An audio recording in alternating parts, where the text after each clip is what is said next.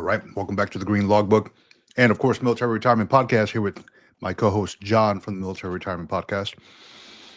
So today, and well, first off, I want to thank everybody who's been kind of jumping on and listening all week. I know I put a post on the Green Logbook saying, like super thankful that folks have been jumping on, sharing their stories, sharing some coffee.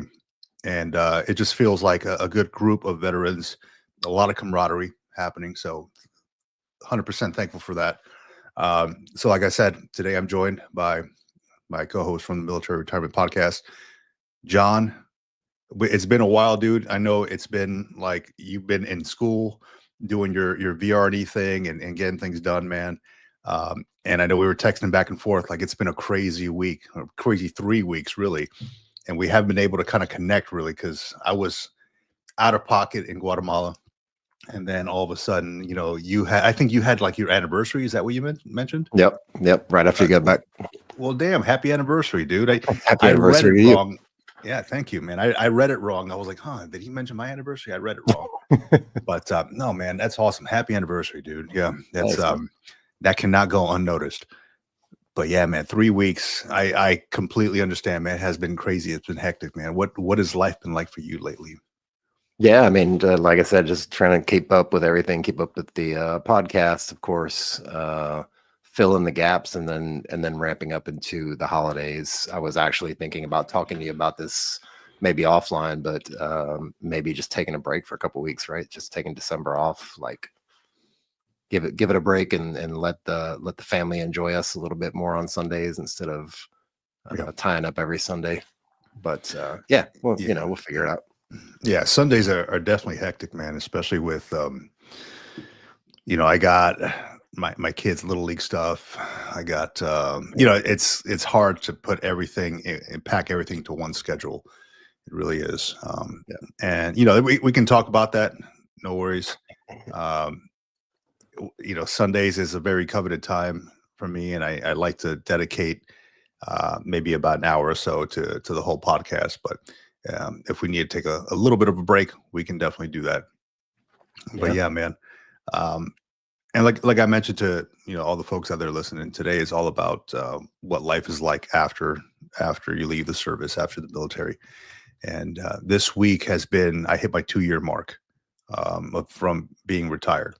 So it's not like I'm a newly minted retiree or anything like that. It still feels like it. But I mean, there's folks on like the retirement group or on the podcast that are like, hey, I'm about to retire. I've just left the service a few months ago. And I'm like, man, you have so much to learn. And I want to teach so much, dude. Just stand by, jump in on the podcast, and we will get you set up for success.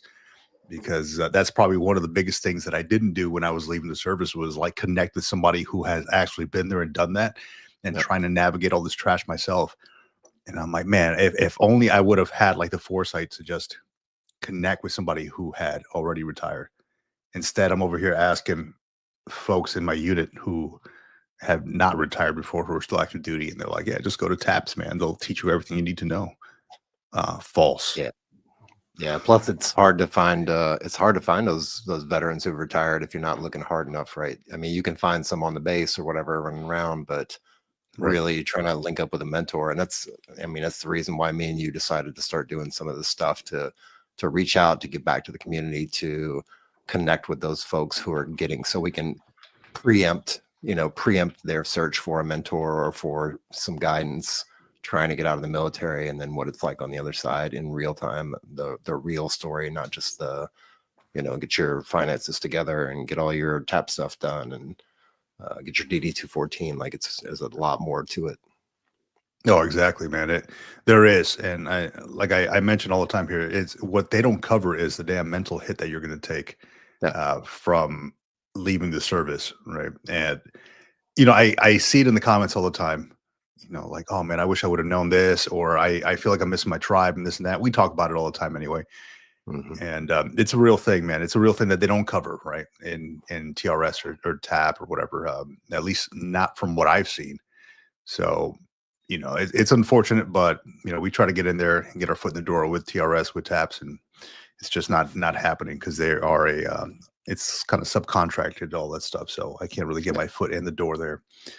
But yeah, I'm going to open it up to anybody who wants to like jump on and talk a little bit about their military civilian transition, to anybody who really wants to, even in the comments, talk about, what they're doing on a daily, in daily life after the military. And I'll preface it with this, and I'll kick it off a little bit. um, since leaving the military, it's been a lot of ups for me. However, I mean, there's been a couple downs too, but I've learned a whole lot, man. I mean, it's been like a lot of highs with these careers, these paths that I've been able to get into. But then it's kind of opened my eyes to like, I don't really want to do that. Yeah. I don't.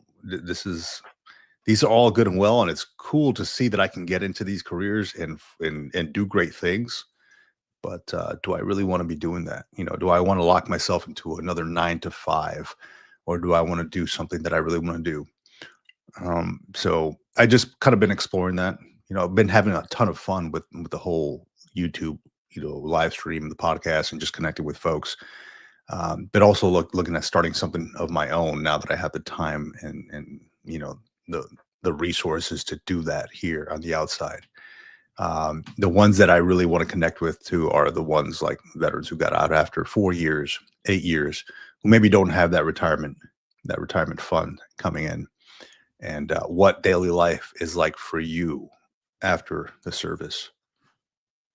Yeah, I mean the life for me, I was blessed enough to be able to take 3 years off and kind of go hiatus, and in that time searching for jobs and all that stuff, but really just dialing myself in for life outside of the military. Because I still get up at 6 o'clock in the morning pretty much every single morning. I see a lot of posts on Reddit on like Motivator /army and like some of the Reddit posts that talk about getting up at like 4:30 and 5 and 6, and like, why would you even do that? Like, I think it's just kind of drilled into my brain that I should get up at 6 or 6:30 every morning and then get my day started. And I'm back to a 9 to 5 for the last year. This will be my 1-year anniversary of being back to 9 to 5. And yeah, man, I get through my day. I try as much as possible, and I usually succeed at shutting off the work until I get there. And then when I get off of work, I shut off the work and focus on my home life, and focus on cooking dinner and spending time with my wife and scratching the dog's belly and like all those things. Yeah. And I think that's where I have a problem, is shutting things off myself. I've always been like a go type of dude, right?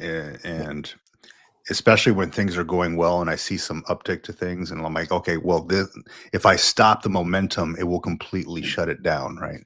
And when I see something that's happening and there's momentum, I'm like, I got to keep going. So I even had to talk with my wife about it yesterday. She's like, man, how's the live stream going? I'm like, yeah, I'm spending like 3 hours a day on there. She's like, are you okay? Like how's your eye? How are your eyes? Like, do you need to go to do you need to go to the optometrist? Because I'm staring at a screen for 3 hours at a time, right?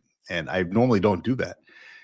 Usually it's like an hour here and I'm gonna take off and all that. I'm like, but it's so fun, it's awesome to connect with folks. And we just had if John, if you would have been on the live stream this last week, and the amount of folks that we had on there that jumped on the videos and just talked about their life, talked about travel, about their experiences. We had Mario, who runs Mario, I'm sorry if you're listening, man. I promise I've got your stuff here. Oh gosh, his podcast name. And I want to give him a shout out on here. Veterans Point of View Podcast, Mario. So he's jumped on the podcast a couple of times. We've had Kyle. We've had a couple other folks yesterday. We had Douglas, and unfortunately, the audio cut off for some reason. And I just missed it. But just the amount of folks that have jumped on and told me about their story, and really, I'm just kind of sitting back and listening. And it's incredible to see like the paths that people take.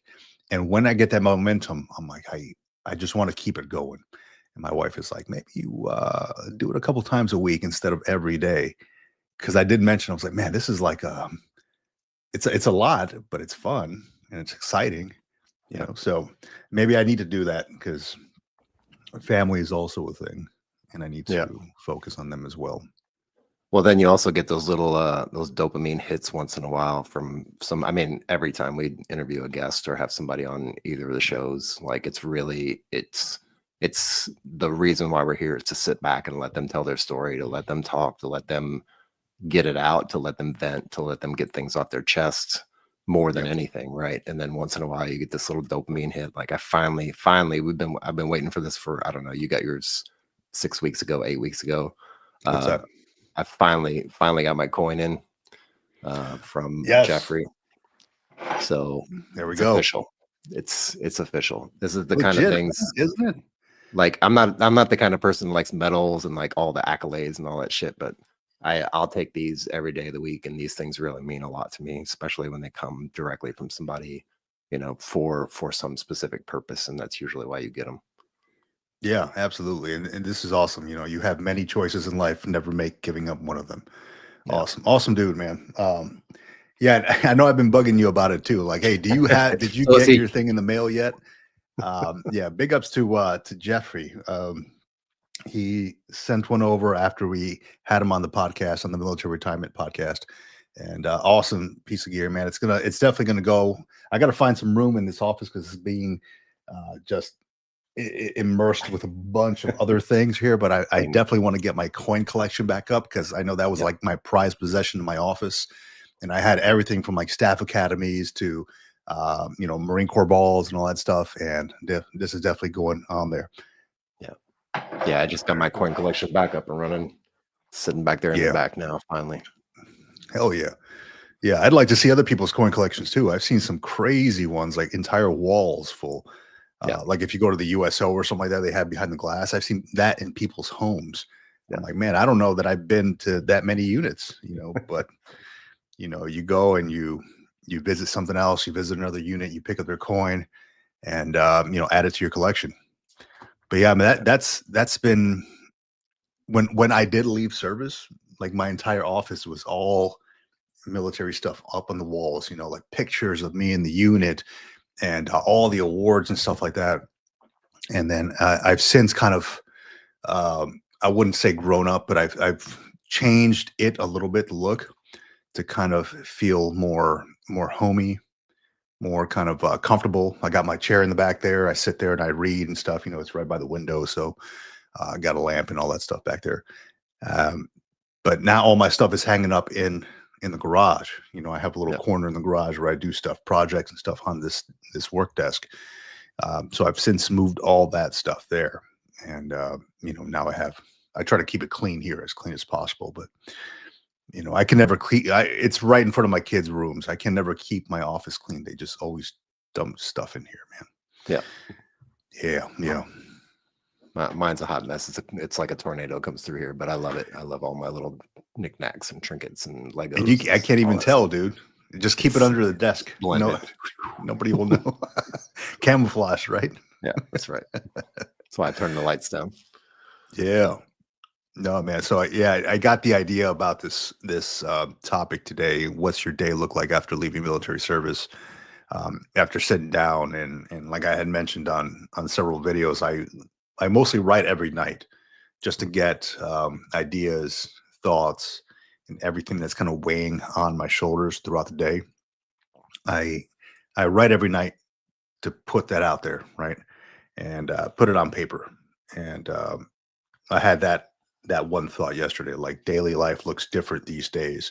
It's no longer a 9 to 5, dressing in my uniform, lacing in my boots, like I was used to for so many years, you know, and that was my routine. And then once you leave service, you got to find a new routine.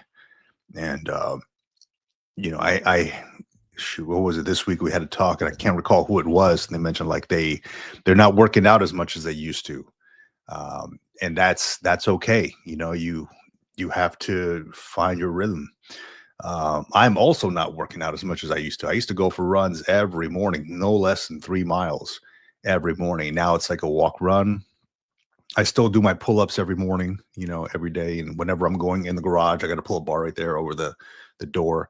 I can't not walk under that door or through that door without pumping out, 5, 10 pull-ups or something at a time. It's just kind of keep myself in that groove, right? But yeah, you got to find a routine, man. Because if you don't, that's it's no good. It's no good.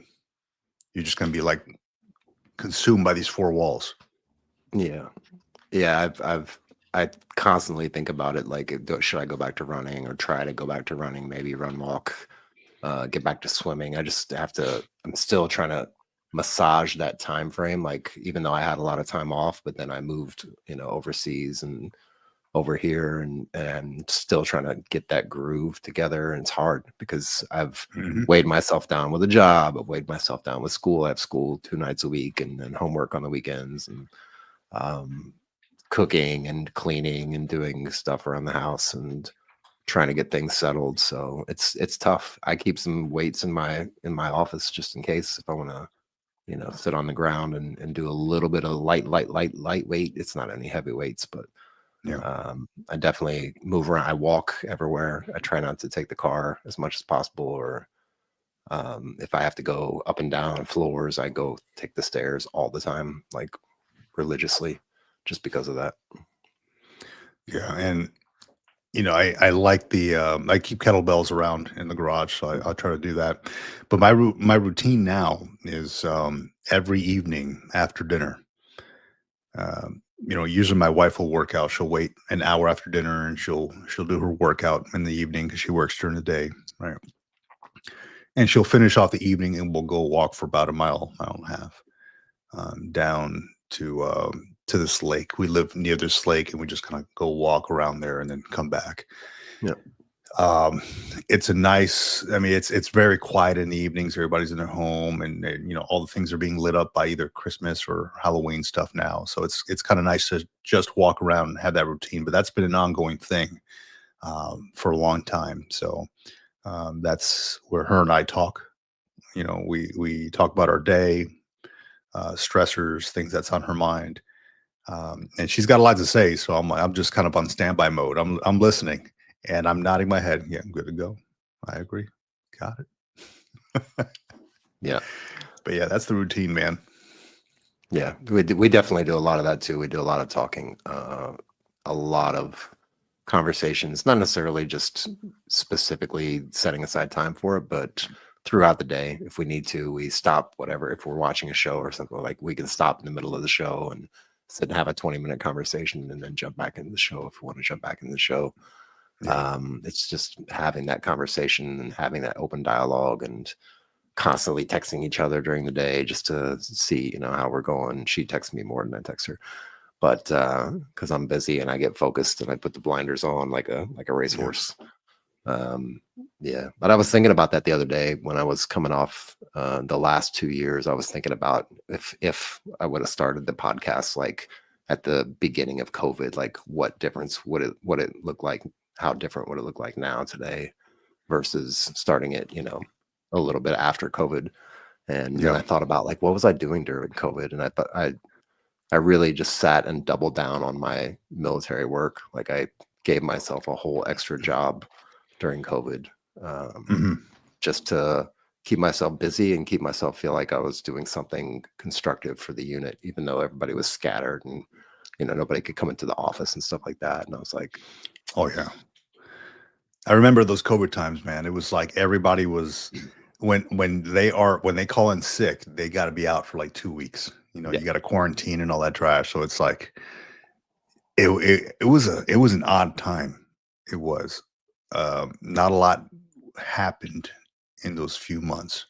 A lot of things had to be rescheduled, pushed back, and stuff like that. So it definitely was an odd few months. I mean, really that whole year, right? But excuse me, not a couple months. I'd get calls in the morning. Sir, I can't come in. Feeling sick. And I'm like, what the, now I got to reschedule this whole thing. I was counting on you, but I got it. I don't want you to come in. Or my wife got COVID, so that means I can't come in. Or my third cousin got COVID, so I can't come in. Or whatever the hell. yeah, we had to kind of adjust with all that stuff, man. Not a lot happened during that time. Yeah. But I was very conscious of it the other day when I was thinking about it. I was like, man, that was like the last 2 years of my career, basically, because I got out in 21. Hmm. And those last 2 years, I literally doubled down on work instead of just because I knew I already dropped my paperwork and I was like, I'm going to retire. I started doing the tap process and a lot of the out processing kind of things that you have to do up until the point where you retire. Yeah. And man, if I could go back and change it, I would go back and just completely like drop as much work as I could and just really Hmm. focus on myself those last couple of years because it would have Oh, set hell me yeah. up for a lot of other things that I'm now catching up on. Oh yeah. I would too. So hold on real quick. I'm going to the comments here real quick. Mhm. Robert Young 2892. I think he's been on the show before. Says I miss doing pull-ups. Feel like my fat ass might dislocate a shoulder every time I try now. Hey man, you know, nice and easy, man. Go slow, right? Slow is smooth and smooth is fast, but there's no need to go fast in pull-ups unless you're going down and then come back up. Or if it's service connected, then It's just knock service yourself. connected, yeah. Yeah, exactly. And let me see, we got Savage on the show with the Tony Montana thumbnail there. I'm about to go to the gym right now. I'm 26, have an associate's degree in instrumentation. I'm contemplating on joining the military, not sure which branch. Well, man, we can help you out with that if you want. We can help you figure things out. I mean, if you're more technologically advanced or gearing or kind of heading that way or focused on that, I think the Air Force and the Navy is awesome for that. Yep. Um, the when I went to go outside, when I retired from the Marine Corps, I went to go work with the Navy in surface warfare. I was just amazed at how technologically different they are from what I was doing in the Marine Corps. My job was not dealing with technology at all, anyway. Um, but I was just like, it was an uphill battle to learn that stuff. But I glad I did. But yeah, I would kind of focus on those two, Air Force or Navy, Or and Space Force. depending on what or Space Force, yeah. And then if you have your associates and maybe you're close to your bachelor's, you might want to consider finishing your bachelor's and going in as an officer, and then right off the bat you get that seniority, you get more pay. You it's a lot more responsibility, but right off the bat, but you can go that route. So things to think about there. Yeah. And Yeah, I you're work with 26, the Navy right? every So day. you're still young. Yeah, yeah, What's that? 26. You still got plenty of time. Yeah, I'm gonna say I work with the Navy every day for the last year, and it's very interesting to see them. They're very laser focused on their specific job. They're not so broad spanning like the Army. I was in the Army and we were broad spanning. Like we would do our job, but then we would do 17 other things as additional duties. And I'm Yeah. sure you've experienced that in the Marine Corps as well. Yeah, yeah. There's definitely well, the Marine Corps is like so small that they often give you like B billets or other assignments and things like that you have to do on top of what your regular job is. So you might have to go be, I don't know, a range coach for 2 weeks, or you might have to stand guard for 6 months or something. So there's other things outside of your primary MOS since the Marine Corps is so small. Yeah. Also, um, if you were ever thinking about the Marine Corps officer route, understand that you don't just sign up if you have a bachelor's degree. You don't just sign up, go to OCS, and then become, go to the fleet, as they say, go to your primary job or your MOS school and then go to your job. There's also TBS, the basic school. And that's essentially for regular commissioned officers, that's 6 months of training. Essentially, it is a very baseline platoon commander Yep. course for about 6 months, where they teach you. I mean, they'll take you to the rifle range, the pistol range. They'll teach you leadership tactics. They'll teach you how to. They'll take you on a lot of ruck marches, or humps is what we call them in the Marine Corps. So just be prepared for that. A lot of outdoor stuff, a lot of O courses and E courses. That's endurance course and the O course, the obstacle courses. So you would go from signing your papers to OCS, to TBS, and then you get assigned your military occupational specialty in the basic school, depending on your hierarchy or where you finish off in that school. So I didn't have to do all the 6 months. I did 4 months of it because I went the warrant officer route. I still had to do TBS, which also sucked because it was like we were older than a lot of these young dudes, right, or young ladies that were going through the course, the regular course. But I recall being on duty at one point and walking around, you're checking the locks and stuff like that, making sure like, different halls or in barracks and stuff are secured. And there's a bunch of second lieutenants in this one area, and they were all happy. They were like all excited. I'm like, hey, what the hell's go? Secure that happiness. What's going on over here? And I'm over here with my swagger stick. Secure that happiness. And they're like, oh, we're excited, man. We get our MOS tomorrow. We find out what our MOS is tomorrow, like their military occupational specialty. I'm like, what do you like? You don't know what you're going to be doing?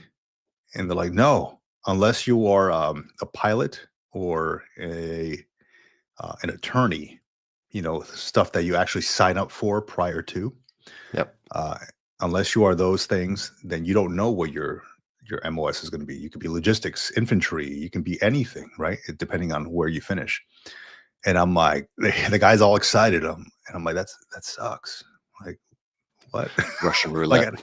I didn't want to. Yeah, exactly. I didn't want to kill his vibe, but I'm like, it could be anything, dude. You could be like an infantry officer, or you can be like, I don't know, a logistician. Like something completely different than what you want to do. So, but there is a sense of pride when you do join the Marine Corps, or any branch for that matter, when you go the enlisted or officer route. So I don't think you can go wrong with any of these branches.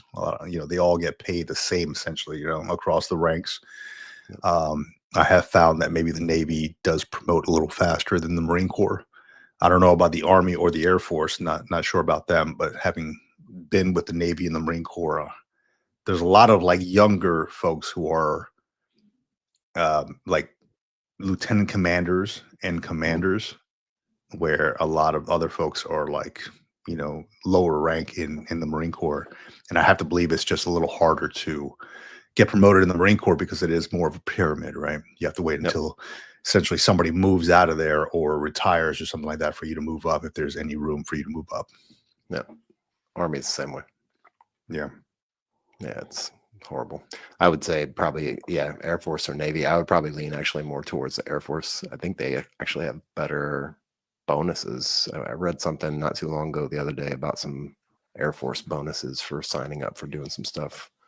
And they're revamping a lot of those recruitment programs as we speak. Like there's a lot of stuff in the news about it because of the way the government is right now, because of the way the economy is right now. A lot of people are thinking about going that route. It's not bad. Yeah. So I'm more partial towards the Navy myself. Yeah. Only because I like being near the coast. I like being near water. As I understand it, like a lot of Army and Air Force bases are like in the middle of like the country. But the cool thing is, like, Army and Air Force also have like London, England, or you guys have what Army has, like Kaiserslautern. Yep. Don't they? Germany. Like in Germany? Those are awesome. Those are cool, right? However, when I was looking at a service to join, I was looking at the coast because I had never been to the Midwest or anything like that. And I'm like, well, I feel good near the water, right? I'm like a 10-minute drive from the beach here. I'm like, okay, well, this is the right service for me. Of course, my knucklehead ass picked the toughest freaking boot camp and all that stuff, right? Just because I wanted to be cool. And then while in boot camp, I was like, what the hell did I do? But but no, it was all worth it, man. It really was. It really was. Yeah, and I was thinking I would get Japan or Hawaii, and I never got either one of those ever the whole time I was in. So always. What was your best duty station? Best duty station? Probably as far as like everything job wise and location, I would say everything. Boston. Boston was a really good location. Boston, Mass? Just outside of Boston, yeah. Okay, right on. Yeah. I've heard. I've been out to Boston. Awesome spot. Awesome place. Cold as shit. Yeah, it is. It is cold. It is cold. But I've been out there briefly because I was at a school in Newport, Rhode Island. So I'd go to Mhm. Boston like on the weekends and stuff. Pretty cool. Like really all around like that New England area. Yep. Beautiful spots, man, up in New England. Awesome Oh, yeah. places, man. Just beautiful. Lots Very, of very wild. picturesque. Yeah. Go out to Maine, or you can go to New Hampshire, or you can go to, it's a lot of, Right. and everything's really, really close. Like you can get to New Yeah, York in a yeah. couple hours. So it's Dude, really nice. I drove from Providence. I was in Providence, Rhode Island. I was just telling this guy on the live stream, Boston Rob, I believe his name was. I was in Providence, flew into Providence, got my rental car, and was supposed to drive to Newport. You have to take a bridge, right, to get into Newport, Rhode Island. And next sign I see is "Welcome to Connecticut," and I'm like, "What the fuck?" You know what? So I had to get off the exit, and so this was back in what 2007 to somewhere like around 2007 2008, and they gave you the option for a GPS in the Yep. car, right? They're like, hey, would you like to pay an extra $13 a day for GPS? I was like, the government's not going to cover that. I have to pay for that out of pocket. I don't want that. I just had like a map. I printed out MapQuest. Yep. Remember MapQuest? I printed that trash out, and I was driving, and I'm like, fuck, where the hell am I? Had to turn around and I went to a gas station. I'm like, had to look at the map and stuff, so I'm not driving looking at it, and just essentially found my way after the fact. But very small states, to say the least. Yeah. Very small Tiny. states. Yeah. Yeah. So everybody out there, listen, the question of the day is, what's your day look like after leaving military service? That's the question of the day. I've had an awesome chat with a lot of folks on the live stream this whole week. Very, very good conversations. A lot of heartfelt conversations, I think. A lot of folks talking about things that they've encountered after service, or maybe some VA claims that didn't go the way that they wanted them to. Unfortunately, some folks have lost friends and family, during their military time, and we've heard of that on the live stream. So 100% thankful for folks sharing their stories and their comments on here. So if anybody would like to jump on, please do so. I left the link in the comments. Let us know what you got on your mind, what your new routine is today after, or these days after you left military service. Everybody's got a different routine. And just like you, John, I know you mentioned waking up early, and I still don't even need an alarm clock anymore. I still have one set just in case. I don't want to sleep in too much, but I still wake up around 6 in the morning. 6 in the morning. Yeah, it used to be my routine was always 5:30 in the morning. Get ready, and it has since moved up to 6. And I think I'm fine with that. It's still a little dark outside. Still quiet enough around the house for me to enjoy my own time. And that's the biggest thing, is enjoying my own time before everybody wakes up and makes a ruckus. Yeah, that's right. Yeah. So that's a big thing for me, man. And I got a lot of quiet time now, especially in the mornings. Everybody's at school. My wife is at work. I'm here doing my work from home stuff. So yeah, there's a lot of quiet time now. Yeah, I don't even need an alarm clock anymore. It's just wake up at usually 5:30 and then stay in bed till 6:30 and get up. At the latest, I'll get up at 7, but usually it's between 6 and 6:30. I'll get up, and yeah, tons of quiet time. Yeah. That's what I need to start my day, pretty much that, and then stretching out the bones and the muscles and making sure everything's working so I can actually make it out the house and make it down the road. Yeah, that I'm glad you brought that up, because that is a huge thing that I've been noticing lately. Is since I stopped working out so much, that my muscles are getting so tight that I'm finding myself stretching a lot more. I'm sitting there at the counter, uh, about to pay at Target You're doing yesterday. this. And yeah, I'm, I'm over here stretching my hamstrings. You don't normally see people do that, right? But I got my hand on my leg, my legs up on my lower back, stretching my damn hamstrings and all that. And it's funny. I don't care, right? I'm like, hey, when shit hurts, it hurts, man. You got to stretch that trash out. Yeah. But yeah, I find myself aching a lot more lately. And we're still young, and we still have many, many years ahead of us. We just got to take care of ourselves. Yeah. You know, see, we got a comment here. Not turning back 84. I did 6 years in the Marines, got out at 27, almost done with my second bachelor's degree. Awesome, man. Awesome. So close to 8 years of school, about to start third bachelor's degree in construction management school, and a lot of working out. My man, congratulations, man. That is awesome. Awesome. Curious why 3 bachelor's degrees and didn't go the master's degree route. I'm curious about that. Me too. Yeah. I mean, nothing wrong with bachelor's degrees. That's cool. Just curious about it. Usually master's degrees are for like once you have that expertise, you want to be, I don't know, a subject matter expert in that. Yeah, exactly. So maybe not turning back is just gaining some knowledge here and there. Maybe his next step will be a master's degree. Awesome. Curious, not turning back 84. Are you using like your GI Bill, VRNE? Are you paying out of pocket? Like, how are you paying for school? Curious about that. Yeah, we had a lot of conversations on this stuff, man. The whole VRNE stuff. A lot of folks had a lot of questions about it. And I know I brought your situation up there, John, that you're currently going through it right now. I'm still standing by waiting for my counselor to answer my damn emails, but you're currently going through it right now. You might start getting some emails again. I just started getting emails again from my counselor after the furlough and everything that was going on. He just started sending me emails to check up on me, see what's going on. So you might start getting emails again. I don't know when they're going to start re-engaging on those folks who need to get enrolled in VRNE, but so far so good with mine. Mine's just continued to roll.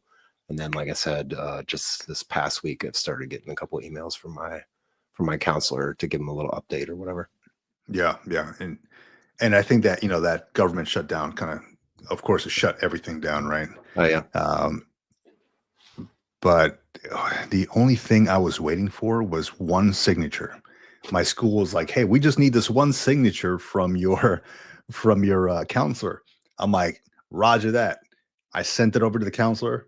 Like 2 days later, government shut down, never heard anything back. And I'm like, oh, I could have started school in September, but it didn't happen. It didn't happen. So now I got to wait until January. It's been a freaking journey, dude. I was supposed to start in July. Yep. And, there's always a freaking signature that's needed somewhere.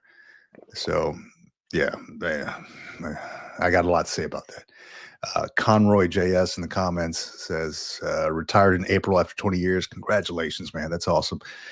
Started college to get my master's degree. That's great, man. Congratulations. Master's degree in what? I'm curious. And what service did you serve 20 years in? What branch? And that's for everybody out there, everybody in the comments. Put it in the comments below. Like, what branch did you serve in? How many years did you serve? Comment below. Comment. Well, they used to say in the early days of the internet, the ASL, age, sex, location. In this case, right. It's age, service, location. Yeah, let me see. Let me put that on there. AL. There you go. ASL. A/S/L. That was like on America Online on the chat rooms, right? Dating myself. Yeah, exactly. And the what were those chat rooms that were like? You had to find them on these servers. I forgot the names of them. Yes, I used to go on MIRC and IRC just to talk to folks and stuff. Man, you get somebody's picture and it takes like a year to load up. One line at a time. Yeah, one line at a time. like a dot matrix printer. Let's see. Not turning back 84. I kept changing what I want to do. First bachelor's was in business administration with concentration in human resources management, but I didn't want to sit at a desk. Then criminal justice bachelor. I got you, man. I don't want to. I'm freaking sitting at a desk right now. What the hell am I talking about? Yeah, I don't want to sit at a desk all day. Yeah, I've been there. I've done that. Once you get to a certain point in a career, it's like that's what you do, administrative stuff, right? Because you have to process trash. So I'm like that. At that point, it stopped being as fun for me because I was not like right there in the shit with Marines all the time, right? Joking and smoking and stuff with them. So um yeah, at some point it gets administrative and you're like, damn, I need to get the hell out of this. Yep. And you yearn for that trash. That's why it was cool to be a chief warrant officer, right? Because you'd walk around with your freaking coffee mug and your go hands in from your office to office. Yeah, hands in your pockets and a mustache that's just barely within regs, just pushing the fucking line. And you're like, hey, what's going on, Marines? How was your weekend? How was your weekend? And the trash that these folks, the stuff that they tell you, it's like, brother, don't tell anybody that shit. Like if whatever you did on, I'm sorry I asked, man. Maybe go through your chain of command first, man. So yeah, I've heard some wild stories, man. And I'm like looking around, like maybe I shouldn't have asked that. Do I need to report this? Like what? Yeah, right. Like they're confiding in you, and you're the legal guy. Yeah, exactly. Right. I'm Not like, a dude, smart I'm move. the OIC of investigations, brother. Like what? What are you doing? What do you do? I'm the one that gives the CEO. I'm like the CEO's right hand man when it comes to like talking to him about investigations. I'm like, don't volunteer that shit to anybody, dude. Let's see, not turning back. 84. First bachelor's degree, I used post 9/11 GI Bill. Second bachelor's with some of GI Bill 2 because I used tuition assistance while I was still in. Excellent. Now I used a semester of federal loans and VRNE for third bachelor's. Awesome, man. Awesome. I'm curious if now you don't have to share any kind of compensation or VA disability rating, but I'm curious, like, are any of those federal loans being like waived? Because I've heard of waivers for federal loans if you have a certain percentage. I don't know if you have to be 100% or what, but I'm curious. If anybody out there that knows federal loans, are they waived? Can somebody get them waived?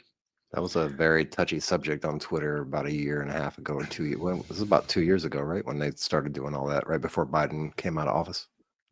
Mm-hmm. Yeah. Waiving. Yeah. Very touchy subject.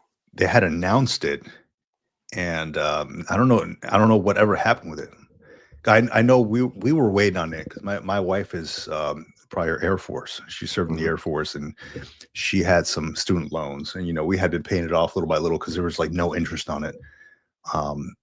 So then they came out with, "Hey, we're going to waive the student loans," and I'm like, "Well, when? Like, what is this? Is this for a certain VA disability percentage? Like, how does that happen?"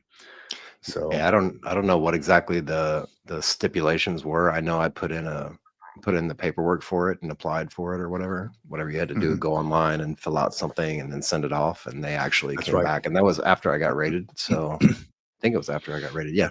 So they actually did cancel out all my student loan stuff. Oh, that's awesome, man. Yeah, that's awesome, saving my ass. Let me tell you.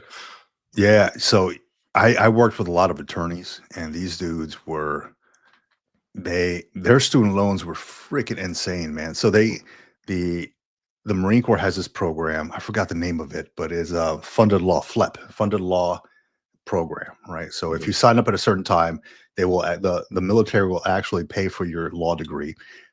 However, you owe back time to the military. It's like 8 years or something like that, right? That's how they always get you, right? Yeah, you gotta give us back the time. But some of the folks didn't do that. They joined after they got their law degree, and the amount of I'll put it like this: I got into a conversation with this captain, and we got to talking. I had purchased a vehicle, like an SUV, and he's like, "Hey, nice ride out there." I was like, "All right, now it's your turn, man. I see you driving that hoopty out there." And he's like, "Oh, as soon as I pay off my student loan." I'm like, "Oh, yeah, law school, right? How much do you owe?" He's like, "About 130." I'm like, "Wow." Just right. Yeah, 130. Dude. Awesome, I'm like, sir. come on, man. Yeah. So I'm like, "Did you just finish?" He's like, "Yeah, I just barely finished." Yeah. But the thing to help these folks out is the Marine Corps does this thing. I think they do it to pilots too, where there's a fast track promotion. So they only spend a few months as second and first lieutenants if you do it the right way, and then you get fast track to captains. That's why like these folks in the Marine Corps who are attorneys, they kind of just to kind of keep them in line with their peers, right? As far as the age, because they spend all this time in law school and all that, and they may be a little bit older than everybody else once they get in there. Let me see, Conroy JS, retired from the Navy, getting my master's in social work. Awesome. Looking to work at the VA once I'm done to keep helping veterans. Was military police in the Navy. Right on, Conroy, man. I really appreciate that. That's awesome. Yeah. Social work, that's very admirable, man. I was looking at the same thing. I just got a call from university about it yesterday. So very cool. Very cool. Social work. And I think he and I had the same idea here, is to continue helping veterans, man. Because that is a big thing, And not turning back here. Yes, you can have the federal loans waived, I believe up to $57,000 if you're 100% VA disabled or disability. You can only waive it once. So it's good to defer each year until you're done with school and waive all of it. Yeah. Well, that's good to know, That man. makes sense. Yeah. The more you know. Yeah. Yeah. You can defer the payments if you're still active in school full time, right? So you don't have to actually start paying until you're completely done and got your degree and all that stuff out of the way. Yeah. Yeah. And then so the whole VRNE thing has been a topic that I've been discussing all week. Because a lot of folks were mentioning, hey, I want to go back to school, post 9/11 GI Bill. I was like, well, save that for later. While you have the post 9/11 GI Bill, apply for the Rudisill Act. Go on VA.gov. It gives you another 12 months of GI Bill benefits. Yep. If you served during the time when you had to go from Montgomery GI Bill to post 9/11 GI Bill. And it's named after this Army captain who attempted to do that himself, and then he was denied, took it up to the Supreme Court. He won the case, and now it's called the Rudisill Act. It gives you another 12 months of post 9/11 GI Bill benefits on top of your 36 months already. So total 4 years. So there's a potential of 4 years of school there if you work it the right way. Go to 4 years of school with the VRNE and do it again with the post 9/11 GI Bill. Let's see here. Spiritual tarot journey. I just saw your post about your live in the retirement group on Facebook. I'll start watching when I can because I'm in Hawaii. Well, aloha and mahalo to you. Mahalo. That's awesome. Awesome. Thank you for joining us.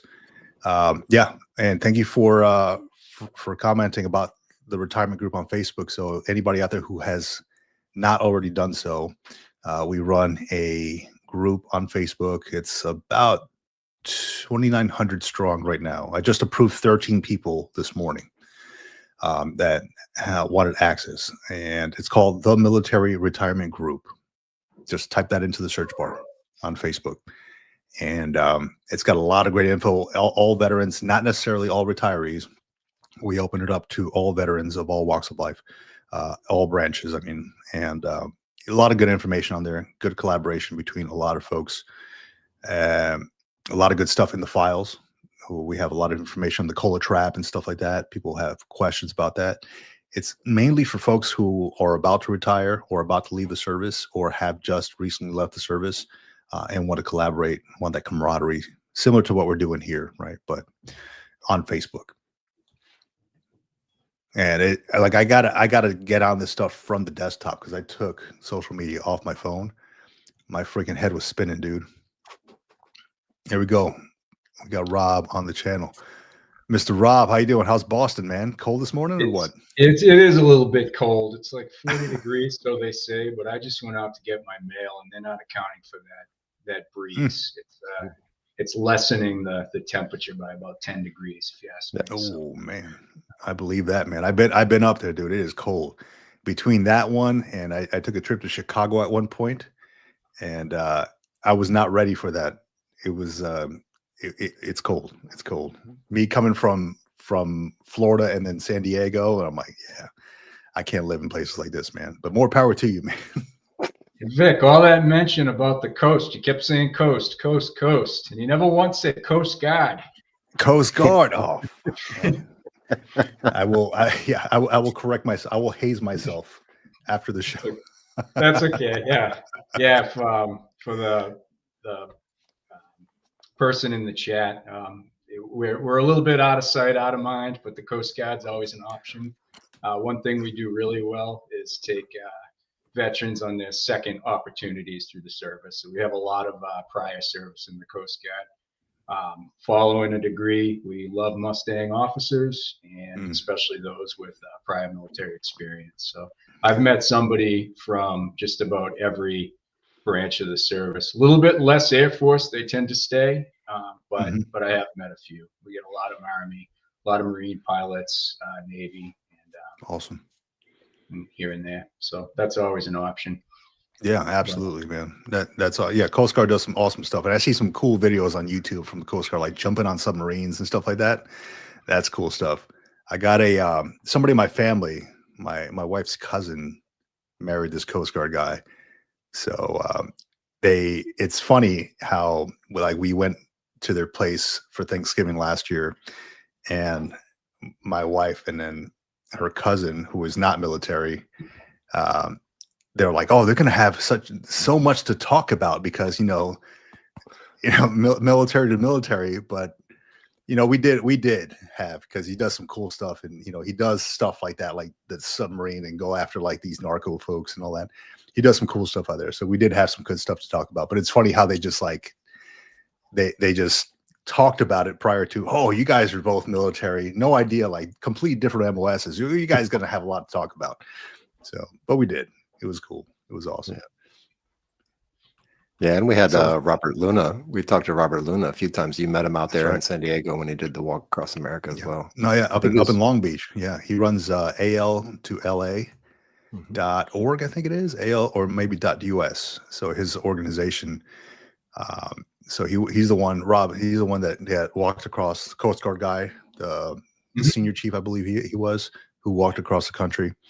And he was followed by like news and all that stuff. He had a bunch of folks that were following his journey, and now he runs his nonprofit AL to LA, where he just acquired 30 acres in Alabama, and he's converting that into like a veteran retreat for folks to go out there. He's like building. It's like on this little lake property, and he's building a place for veterans to hang out, to kind of guard it and stuff like that, just to kind of just chill out away from all the hustle and bustle and everything that daily life brings.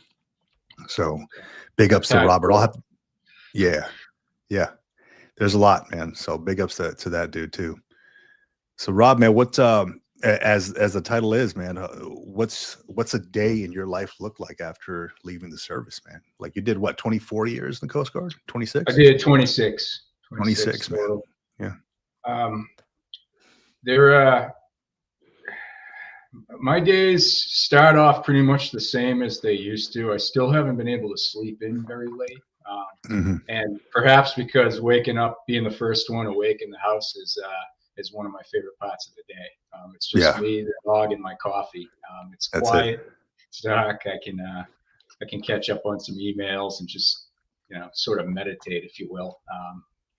That lasts for about an hour at tops, and then people start waking up and they have their things to do. I still haven't found my next career, but I do keep a pretty busy lifestyle.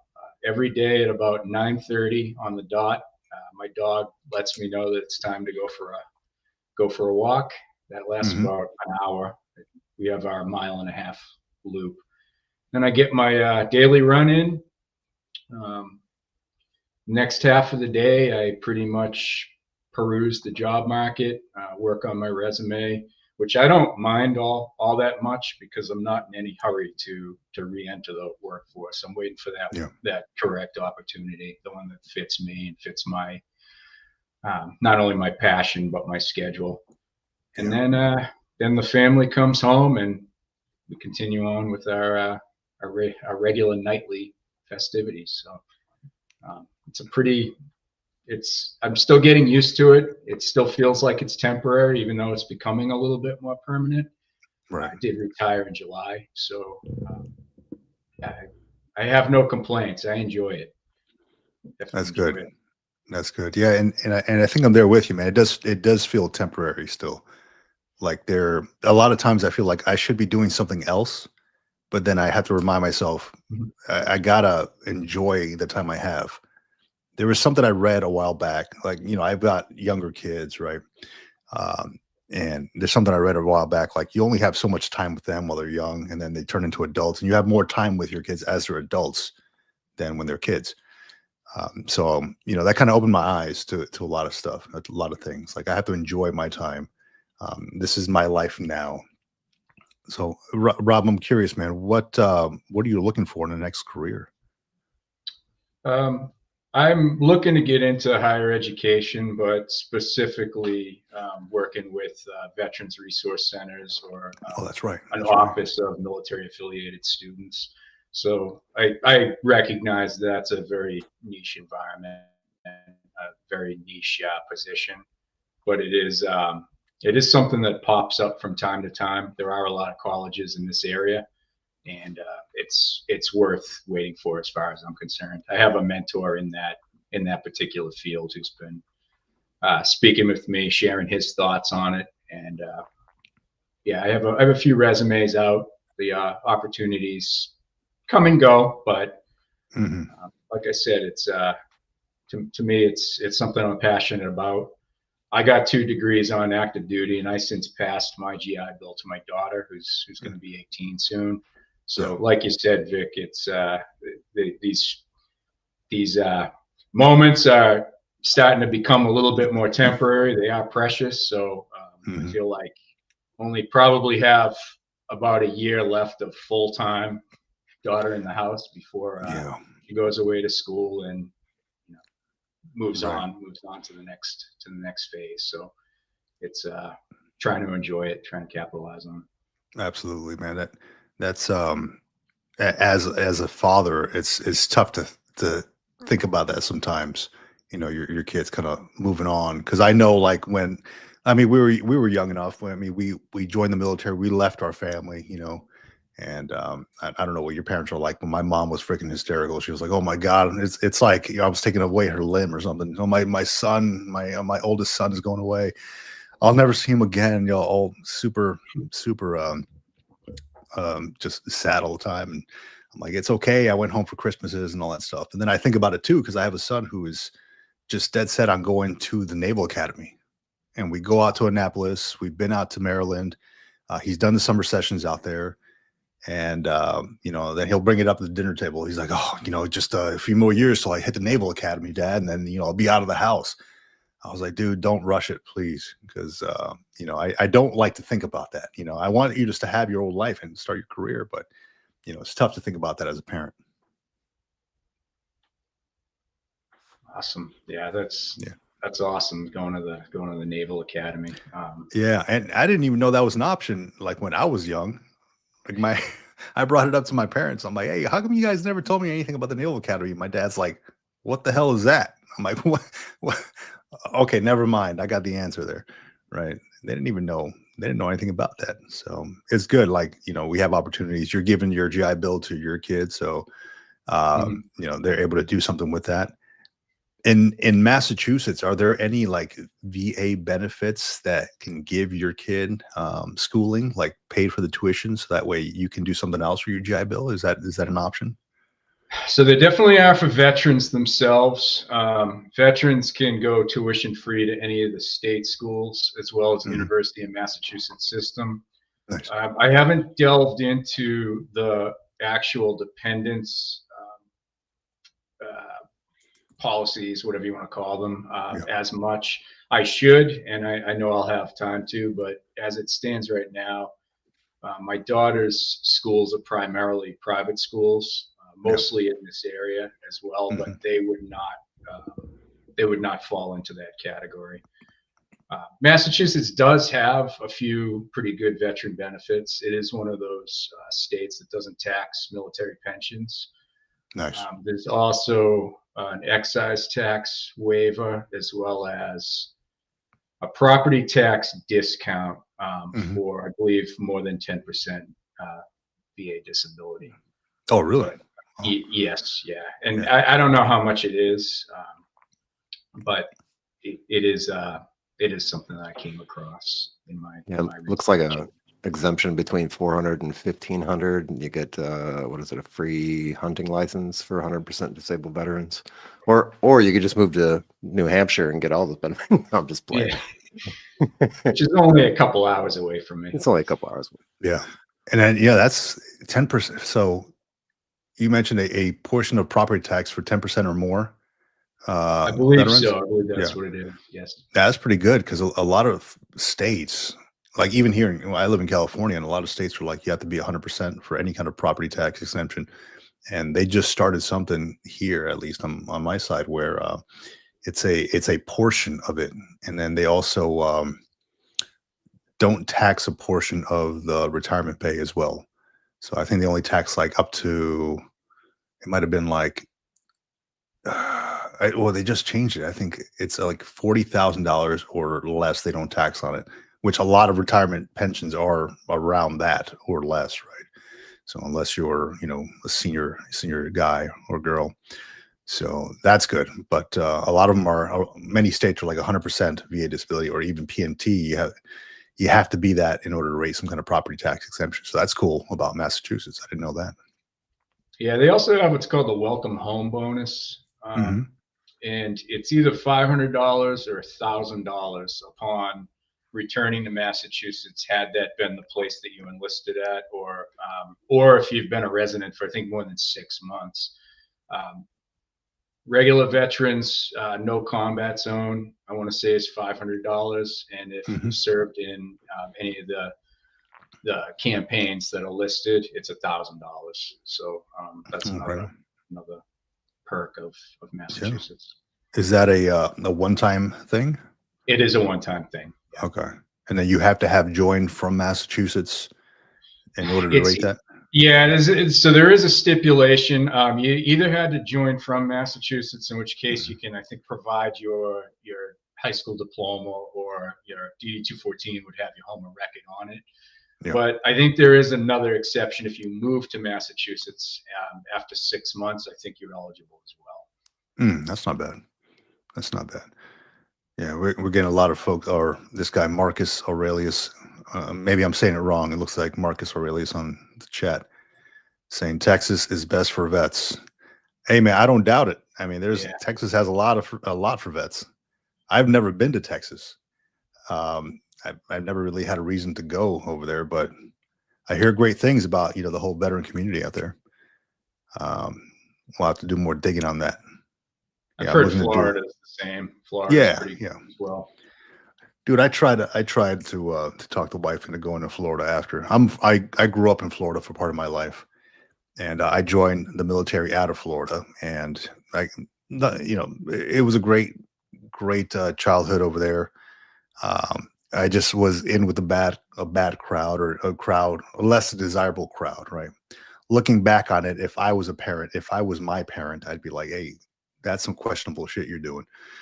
But I joined the military out of Florida. I tried to go back to Florida, but at that point, I was like, I already made a deal with my wife. I'm like, hey, look, you followed me around for 20 years. Now you get to pick where you want to go. She's from Hawaii, and she has family out here in California too. So I'm like, all right, well, I guess we're staying here then. She's like, either Hawaii or California. I was like, go ahead and pick the two most expensive places then. Cool. Let's stay there. And my monitor crashed, so I can't see you. Am I still on the camera? You're still Yeah, on, yeah. man. Awesome. All right. So Flying blind. I'm talking blind. Yep. And John, my name's Rob too. I first came across you guys on the Military Retirement Podcast, and I'll say this: for the last year of my transition into retirement, it's been a real blessing. I was actually a geo bachelor. I was stationed in DC, but my family was here in Massachusetts, so I was making that drive pretty regularly, and Yeah. just listening to the podcast, repeat episodes and everything. And you guys definitely filled in a lot of gaps from both the TAP seminar, maybe misfires or misfeeds that didn't really fill in all those gaps, and just to sharing your experiences, it really was helpful and appreciated. So definitely appreciate what you do, and I try to spread the word about your podcast and these live streams as much as I can to those that are getting out or are already out and just looking to increase their knowledge about some of the benefits and experiences out there. Yeah, man. Thank you very much. I really, really appreciate that. Not even beyond that, just being able to hear the Boston accent again is amazing. First of all, I miss it a lot, but yeah, man, thanks. I appreciate that. That's the whole purpose why we do it, man, to try to help people get across the hump. And then once they get across the hump, to get across the next hump of like figuring out how to be a civilian and how to navigate regular life again and not wearing the uniform. So I'm glad it was helpful. Thank you. Yes, sir. Yeah, that's awesome, man. Yeah, that's exactly why we do this stuff, man. It's not only fun for us to connect, but it also pushes us to research more things on our side that maybe we didn't know, right? And kind of expand our knowledge base and then push that same information out to the masses. So we truly appreciate that, man. Yeah, and I went to the TAP course a few different times actually, and they all left a little bit on the table in their own way, but I did get some very valuable information out of it. I just felt like this real world experience and real world dialogue filled in a lot of those gaps and put a personal perspective, first person perspective out there to the masses. And I was going to ask you, like, what do you wish that TRS or TAPS would have covered? What would have helped you out a little bit more in your transition out? Yeah, so some of the things that I've picked up on through your podcast and through these live streams that may have been mentioned but just didn't stick during those seminars were the specific programs that are available to not only veterans but transitioning members within their year. Particularly the IVMF. You did have a guest a while back that it was going through the PMP process, and that's something that was kind of foreign to me. And if they mentioned it during the seminar, I don't remember a whole lot of details about it. But after the podcast, I looked into it. I saw how easy it was to apply and basically get accepted to the free program. And that's something I was able to accomplish in my last 6 months of active duty. Boots to Business, I believe, got brought up on one of the episodes. Yep, that's right. Yep, and that's another thing I took advantage of. I'm not at this juncture. I'm not brave enough to tap into the entrepreneurial world right now. It's something that I could keep on the back burner, but it was a great experience to go through. And anybody looking to start their own business, that's a great seminar or course to go through. Yeah. And then your experiences with the VA process, and just having, I believe her name was Jane, just listening to that. I remember that first person insight into that process. It took a lot of the unnerving aspects out of it, because it's a draining, exhaustive process on its own. But just hearing from people that have gone through it and people have profited that opportunity for other people, it was, I got a lot out of it, so I appreciate it. That's excellent, man. Yeah, we always try to bring somebody on that brings in a new perspective. I don't know everything about the whole transition process, and I'm learning something new every day. And I know John and I joke about it all the time, but we have these little notebooks that we keep next to us, and those things just get full every time we have a guest on there on the podcast. I've got at least half a page of notes written, man, and because I just learned so much from these folks. But it's truly remarkable how much information is out there about the whole process and like the ins and outs, and like, hey, waiver for this or you rate that, and I'm like, holy crap, I never knew about this stuff. Yeah, very cool stuff, man. Very cool.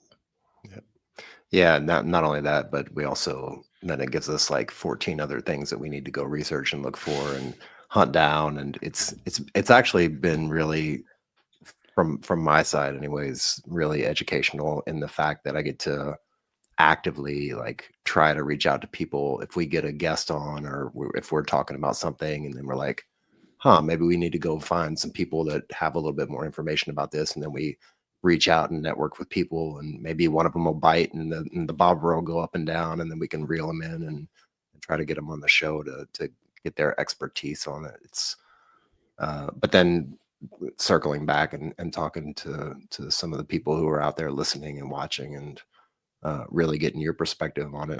I'm actually really curious, because I know I was up with the reserve unit up there in Massachusetts, and I would do a lot of work back and forth to Hanscom, between Air and Hanscom Air Force Base. I didn't really get to interact with too many of the Coast Guard folks, maybe once or twice. But for you guys to do the TAP, did you do it, like, do you have it in-house, or did they like outsource it to West Point like they do for the reserve units up there and stuff? So the first TAP seminar I went to was delivered by the Coast Guard. It's the department's Hiswell. I don't know if that translates across the board, but it's health services and gosh, I'm forgetting my acronyms, but wellness something. It was, if it wasn't entirely Coast Guard, it was offered on Joint Base, which is in Cape Cod. If it wasn't entirely Coast Guard, it was certainly the majority. There were probably about 50 of us in that room. But the next time I went was in Newport. I went with the Navy, and I got something out of each seminar, and the agenda, or the criteria of providing the instruction was the same. So it was outsourced to a VA and a DOL. Excuse me, I'm trying to think of the word, but it had the same components of what you'd get in the DoD. So I think it was still a DoD TAP course, but it was delivered by the Coast Guard the first time. Nice. That's the first I'm hearing about a health, safety, and work-life service center. Yeah, is that what was it, John? What does it stand for? Health, safety, and work-life service center. There you go, work-life center. Yeah. Yeah. Right. First time I'm hearing about it. Something new to research there, John. Yep. Got to find some more guests. Oh, you're back. You're back. My monitor kicked on, so the last 10 minutes I've been blind. So. Just staring at your own reflection in the monitor. Super awkward, thinking at any second I'm gonna get cut off. Babe, what are you doing in there talking to yourself? Dude, that happened to me yesterday, man. I mean, I don't know if you were on the live stream yesterday, but I was talking to this dude, Douglas, on the live stream. He came up on the chat, and we were talking back and forth. His video was good, audio was good, and all of a sudden I get this little window on my screen that says audio stopped, and I only got two options: cancel or reload. And I'm like, so I'm pressing cancel, and nothing happens. I'm like, all right, well, it's all grayed out, right? I'm like, well, what happens when I reload? And of course, it stops the entire live stream. And I'm like, well, there's that. I'm right in the middle of talking to this dude. But yeah, technical difficulties, man, are a pain in the ass, man. I wish I could have got back on there. Forgetting all the office names, and it only took 6 months, and it's all getting data dumped. But, yeah, absolutely. Yeah, I did the same thing, man. When I jumped on with the Navy, the amount of acronyms that the Navy uses, it was my head. Dude, I had to go see a therapist because of this trash. Right? I'm like, this is way too much to learn. My fucking brain's bleeding. I created a spreadsheet so I can quickly find what they're talking about. Oh, we have this, we have that, and because I was helping out with commanders trainings, right? Ship commander trainings. So I was part of that team, right? Newly minted captains or whoever who are about to take ownership or command of a ship. We'd give them their briefings. We give them like these classes. I was part of that team. And the amount of acronyms, man, it was tough. I had to really learn this stuff. It was like a whole new world. Not just that they called each other. What do they use? They use their actual like their MOS like. Oh, the rate. 2-letter rating for their MOS, and that's what they call each other. They don't Really? use names. Everybody was just calling herself by their first name when I was out there. Yeah. Hey Joe, hey Jim, or whatever. And I'm like, isn't that dude a captain, Navy captain? I don't know. So, or sir. I just called everybody sir, right? Yeah. Or ma'am, whatever. Easiest way to get around that. But yeah, man, freaking Rob, dude, it was great. It's good having you on, man, and hearing your story, dude. So what's next for you in finding, like, in your daily life? You got anything else that you're pursuing? Career wise, or you mean? Good. Yeah, career wise, you got any trips coming up? Anything like that? Anything going on new that maybe you haven't been able to do before? So we are going to take a trip. It's likely going to be my wife and I after my daughter goes off to school. So some of that bonding time that I'm very appreciative of is being able to go on some of these school tours because they're excused absences, and just this is an experience I didn't have as a young adult. I knew what I wanted to do, so I wasn't in the college circuit early on, and that's so I feel almost like I'm applying to some of these schools and visiting them. But in a way, I feel like I am, because I'm trying to make sure that these are the right fit for my daughter. You know, this is definitely a new experience, but dare I say scary experience, but it's also a very rewarding experience. So enjoying that. Said I'm just enjoying a lot of family time. For once, I have a lot of time on my hands and trying to make the best of it. That's awesome, man. Well, I love that for you, dude. And I agree with the scary experience.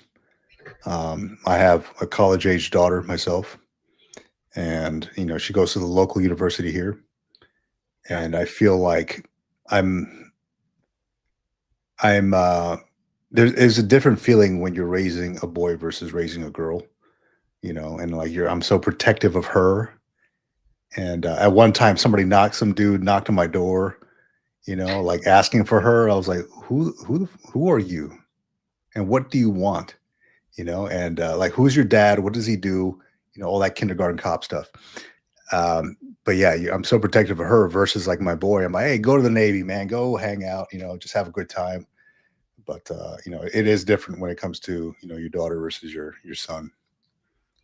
Yeah, for sure. Yeah, man. Well, awesome, Rob, man. It's good having you on, brother. Thank you for joining in on the show and tell us a little bit about giving us a glimpse into your life, man, and how it's going for you. And hopefully everything works out well with your journey towards getting into the education program with the veteran stuff and everything you're doing, man. Yeah, I appreciate you having me on. Thank you. And nice meeting you, John. It was really good to meet you, man. Really, really good. I appreciate everything. Thank you. All right. Have a good weekend. Happy Thanksgiving, and be safe, gentlemen. You too, sir. Oh, you too, man. Yeah. Yes. And see, John, man, this is why we do this stuff, man. It's awesome to connect with these folks from all different walks of life. I'd never served in the Coast Guard before, but just getting a new glimpse and perspective and actually understanding that, we all have the same kind of worries sometime, about life after you leave the uniform, and it kind of connects us all in a way. Yeah, it's amazing. It's amazing to hear from veterans across all walks of every military service, and hearing about the different nuances between the services and the different nuances between their journeys out of uniform into civilian life, and how it goes in different parts of the country and different parts of the world. I mean, Boston for sure. Massachusetts is one of those places where generally speaking, it's high taxes. It's a very conservative state. It's a lot of things going on there. They've got a whole lot of stuff. They've got some of the best universities in the country there. They've got some of the best food there in the country. Yeah. Great baseball and basketball, even if they don't win all the time. And football, of course. Yeah, it's neat to be able to cross paths with a lot of different veterans and get their perspective on things and hear how they're doing. Mostly to hear how they're doing and hear if they're getting through it, how they're getting through it, what they're using, what kind of tools they're using mentally or otherwise to make things happen, make their life continue on and get better. Absolutely. And taking it here to the comments, man, hold on a second. Marcus Aurelius. Am I saying that name right? Marcus Aurelius 2025. Yep. I'm gonna call this guy Mr. Texas, man. Everything he's putting up here is about Texas is the best for vets. What's next? There's no limit to how much in student loans can be forgiven for 100% PNT vets. I didn't know that. That's all. That's good information. I'll have to look more into that. Texas bases their property tax exemption by the disability percentage, but 100% exemption only for 100% PNT. That's awesome. Good stuff for Texas veterans out there. Texas Veterans Land Board plus free plates, free registration over 50%. That's good. A lot of states, you have to be 100%, right, for free registration. So very good. Let's see. Hazelwood Act in Texas gives 150 credit hours at state universities, but only for those who enlisted in Texas. Like enlisted out of Texas, or I guess same thing, right? You have to have joined the military from the state of Texas. Yep. To get to be eligible for that Hazelwood Act. Right. So 150 hours. Texas got the best damn barbecue on the planet. Texas barbecue is pretty damn good, man. I mean, I've never been to Texas, like I said, but I have been to a couple Texas barbecue places named Texas, whatever. Yeah, pretty damn good. And I can't confirm nor deny that I have not gotten a little rowdy at Texas roadhouses in the past. So that may or may not have happened. Isn't Texas Roadhouse the one where you just throw the peanut shells on the floor? Is that the one? Yeah. The first time walking in there, I'm like, what is this? But it's just the norm, right? Just throw it on the floor.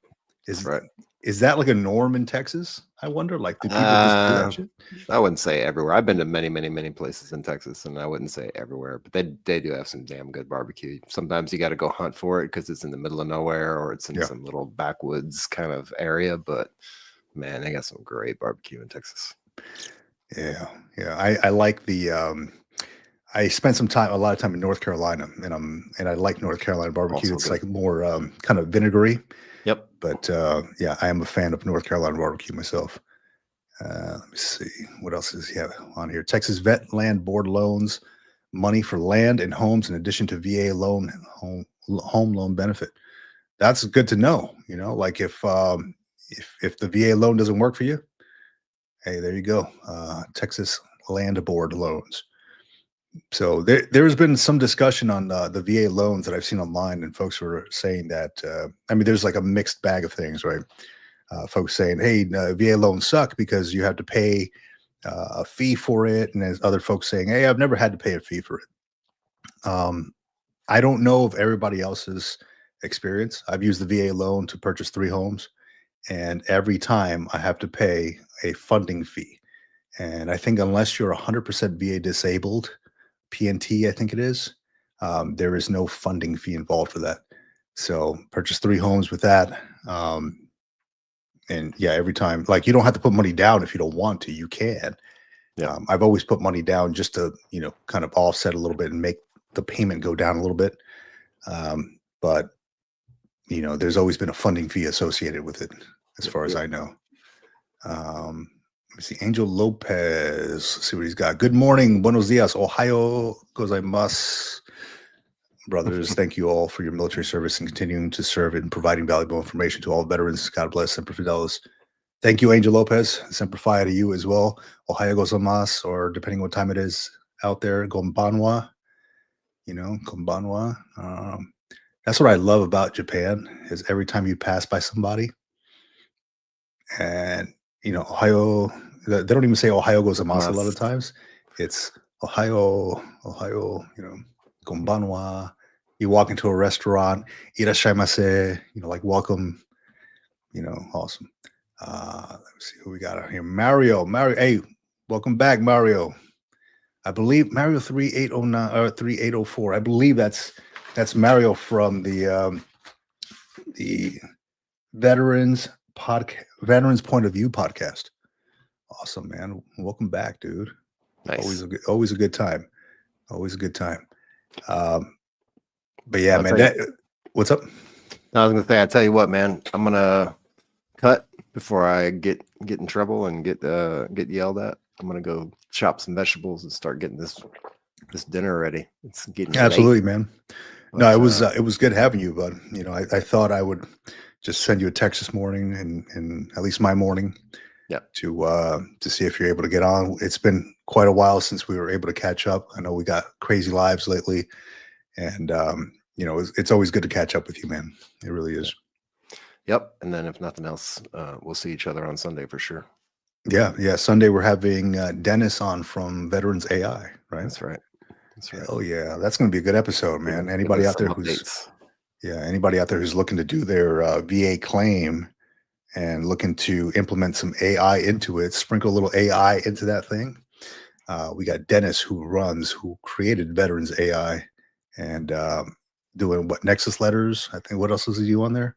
Yeah, it does Nexus letters, and it does a lot of things, and there's some surprise things that you'll probably get to hear about if you haven't already heard about them, of what they're doing and what they've got in store and what's going to be going on in the future of Veterans AI. But yeah, it processes a lot of your information. You put in a bunch of stuff and it'll basically spit out the information for, what you need to do. If you need to get a Nexus letter together, it'll pretty much format it for you so you can take it straight to your doctor, and other things, various other things in there. So it takes a lot of the legwork out. So that's probably the biggest issue with this is, it takes so long because there's a lot of legwork involved with it. Like, you're waiting on the doctor to fill out this information. Whereas with Veterans AI, it's already pre-filled out for you based on your answers and all that stuff on the platform. All you got to do is hand it to your doc. Hey, confirm this, sign this. Yep. Give it back. Let me submit it. That's right. Very cool, man. Looking forward to it. Cool, man. Well, all right, buddy. Thanks to you for doing all this stuff and keeping me in the loop, and I appreciate it. I try to be here as much as I can, but definitely on Sunday. Yeah. Enjoy the rest of the evening. Thank you, everybody out there who's tuned in. Thank you, Rob, for coming on, hopping on, and talking with us, and all the great feedback. Appreciate all of it. Yeah. All right, bud, man. I will see you on Sunday, dude. Ohayou gozaimasu. Ohayou gozaimasu. Ciao. Later, bud. No, Navy Cop, don't worry about it, man. I'm still here. John just had to take off. So those of you who don't know, John is located in Italy. So, we work on very different time zones. We try to match up at times as much as possible to create the show, to create the military retirement podcast and do our live streams on Sundays. And those are usually days when we bring on guests to the show. But yeah, it is a little difficult sometimes. But I'm here now. I'm still here. Kind of, kids are at school, wife's at work, doing all her stuff. So I'm hanging out here with you all. Please, if anybody wants to jump on the live stream, the lines are open. So what does a day look like for you after having left military service? Okay, everybody's life is a little bit different. Some folks are getting right into another 9-to-5 job or doing something else after the military. Some folks are just hanging out at home and, focusing on family. Some folks are going to school full time. Curious to know what folks out there are doing. What does your life look like these days after military service? And let's see here. We got Navy Cop, man. Welcome back, dude. Always Always awesome to see you. Some of the best food ever. Are we talking about Texas or are we talking about Japan? Because both of them could be both of them. I've had some awesome food in Japan myself. So big fan of Japanese food. Oh, Italy. Yeah, Italy. Yes. I spent a lot of time in Italy. Well, I took a trip out there not too long ago. Well, a couple years ago, I guess. A little anniversary trip. Wife and I like to take our little trips for our anniversary. And after a while, I was like, man, I can't do pasta anymore, man. Like I need something different. Curious, what's your favorite food out there, Navy Cop? And here, let me actually add the link. I'm using a different service right now for the live stream. Should be a little easier to jump on and do the live stream if you're interested. But here's the link to the live stream. Jump on the live stream. Okay. Yeah, jump on the live stream if you want. Share your story. Share what you're doing now after military service. Just a little bit about myself. I retired from the U.S. Marine Corps in December of 2023. Well, really 30 November of 2023. And since then, I took terminal leave. And while on terminal leave, I went and did what I love to do, and that is draw and art and architectural art. And I went to a local park and I started drawing portraits of people and started drawing pictures of buildings, and then linked up with an organization called Armed Services Arts Partnership, asap.org, and became an instructor with their organization. Just showing veterans, a lot of veterans with like PTSD and stuff like that, that use art as therapy. I started working with a lot of these folks. I'm not a therapist by any means. I'm not an art therapist. I just know that it has helped me in my times when I get super stressed. I have kind of gone towards art to help me out. A lot of drawing and stuff like that. So started teaching folks how to do this stuff, how to alleviate stress and stuff using art. After that, I jumped into through my network, jumped into a career as a surface warfare training and operations advisor with the Surface and Mine Warfighting Development Center. And did that for about a year. That was fun. Learned a whole lot. Got to meet a lot of cool people. Very cool.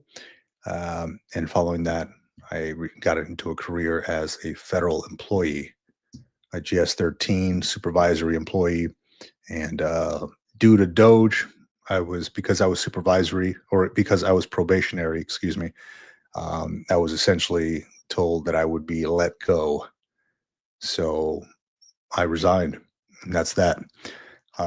So now I'm just doing some consulting, doing some, I love doing the YouTube stuff. I got some time on my hands, so I do some consulting on the side. I do some mentoring and coaching on my site, thegreenlogbook.com. And that's fun. Always fun to connect with veterans, but I feel like my heart lies in the veteran community and helping folks to navigate life and find their purpose and find their meaning after service, because a lot of us have dedicated a lot of time to the military. We've essentially drank the Kool-Aid, right? I know I have. But then what comes after you take off the uniform? We're so used to our battle rhythms in our daily life, waking up at 6:30 in the morning, 5:30 in the morning, 4:30 in the morning, going out to PT, going on hikes, just having a full schedule. And all of a sudden you get out, phone stops ringing. You're wondering, what do I do now? So that's why I created this. It's a great place to connect with fellow veterans. Danilo Mercado, welcome to the show. Welcome to the show. Thank you for stopping by. It's good to have you, man. Navy Cop, a couple comments here. Caprese salad with traditional buffalo mozzarella. You just can't get that in the States. Dude, I have not eaten breakfast yet, man. I'm full of coffee, and I threw some cream cheese on a piece of bread, and that's what I'm just been kind of staring at it here. Um, that makes me hungry, man. Caprese salad with traditional buffalo mozzarella. Awesome. And we're not talking about no Olive Garden stuff, right? This is like authentic Italian stuff. Very cool. Damn, I'm hungry now. Okay. All right. Yeah. So lines are open. If anybody wants to jump on the stage, please feel free to do so. I just saw it. Somebody just tried to jump on here, and I don't know. It just went away. If that was you, please. Oh, here we go. Mr. Mario, how you What's doing, man? up, man? What's going on, dude? What's Welcome up, bro? back. Oh Good man, to see you. thanks, brother. Good to see you too, man. I'm glad you, because the other one's not user friendly, bro. Yeah, this is the one. This is the program I use for the Military Retirement Podcast. Oh, okay. Yeah, so I'm just kind of switching back and forth. This one does just live streaming. The other one does recording and the live streaming. So Oh, I might gotcha. just have to start using this one more. Yeah. How Yeah. you doing, man? How's everything going? Life is good, man. Life is. I can't complain. I woke up this morning, so I'm pretty happy about that. Yeah. Oh You know, yeah. that's always a good thing. Yeah, I'm kind of enjoying this time off because I usually don't have this much time off to chill. But since they kind of got my driver's furlough right now, I'm taking advantage of doing some stuff that I usually don't get a chance to do. So that's always good. Yeah, man. It's kind of weird, man. I ran into my my Ranger that? handbook. This is Ranger a handbook. Huh? handbook. Yeah, man. No shit. This Some is light reading, huh? no, this is the Bible for many of the grunts, bro. Mm. Even Marine Corps grunts use the um the Ranger handbook, man. It's it has pretty much like all the basic movements of most infantry squads and stuff like that. So Mhm.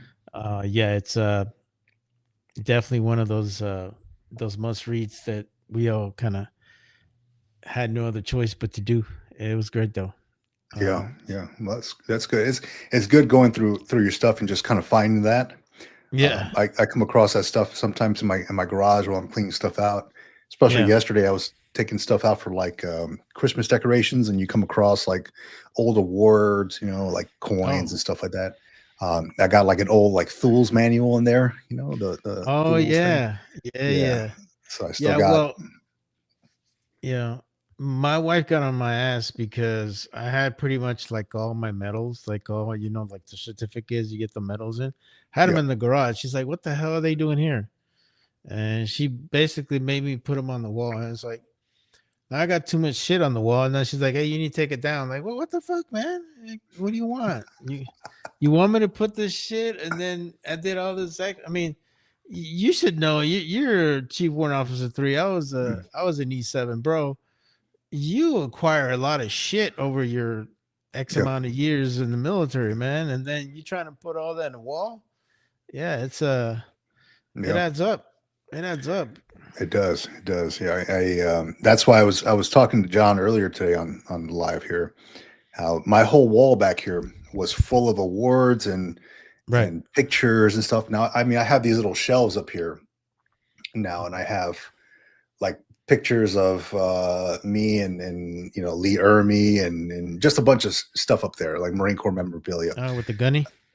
Yeah. I got he was a guest speaker at one of the Marine Corps balls, and I, cut in front of everybody. I had a little bit too much to drink. I was a young and dumb Marine, and I didn't realize that there was an entire line to go get a photo with him.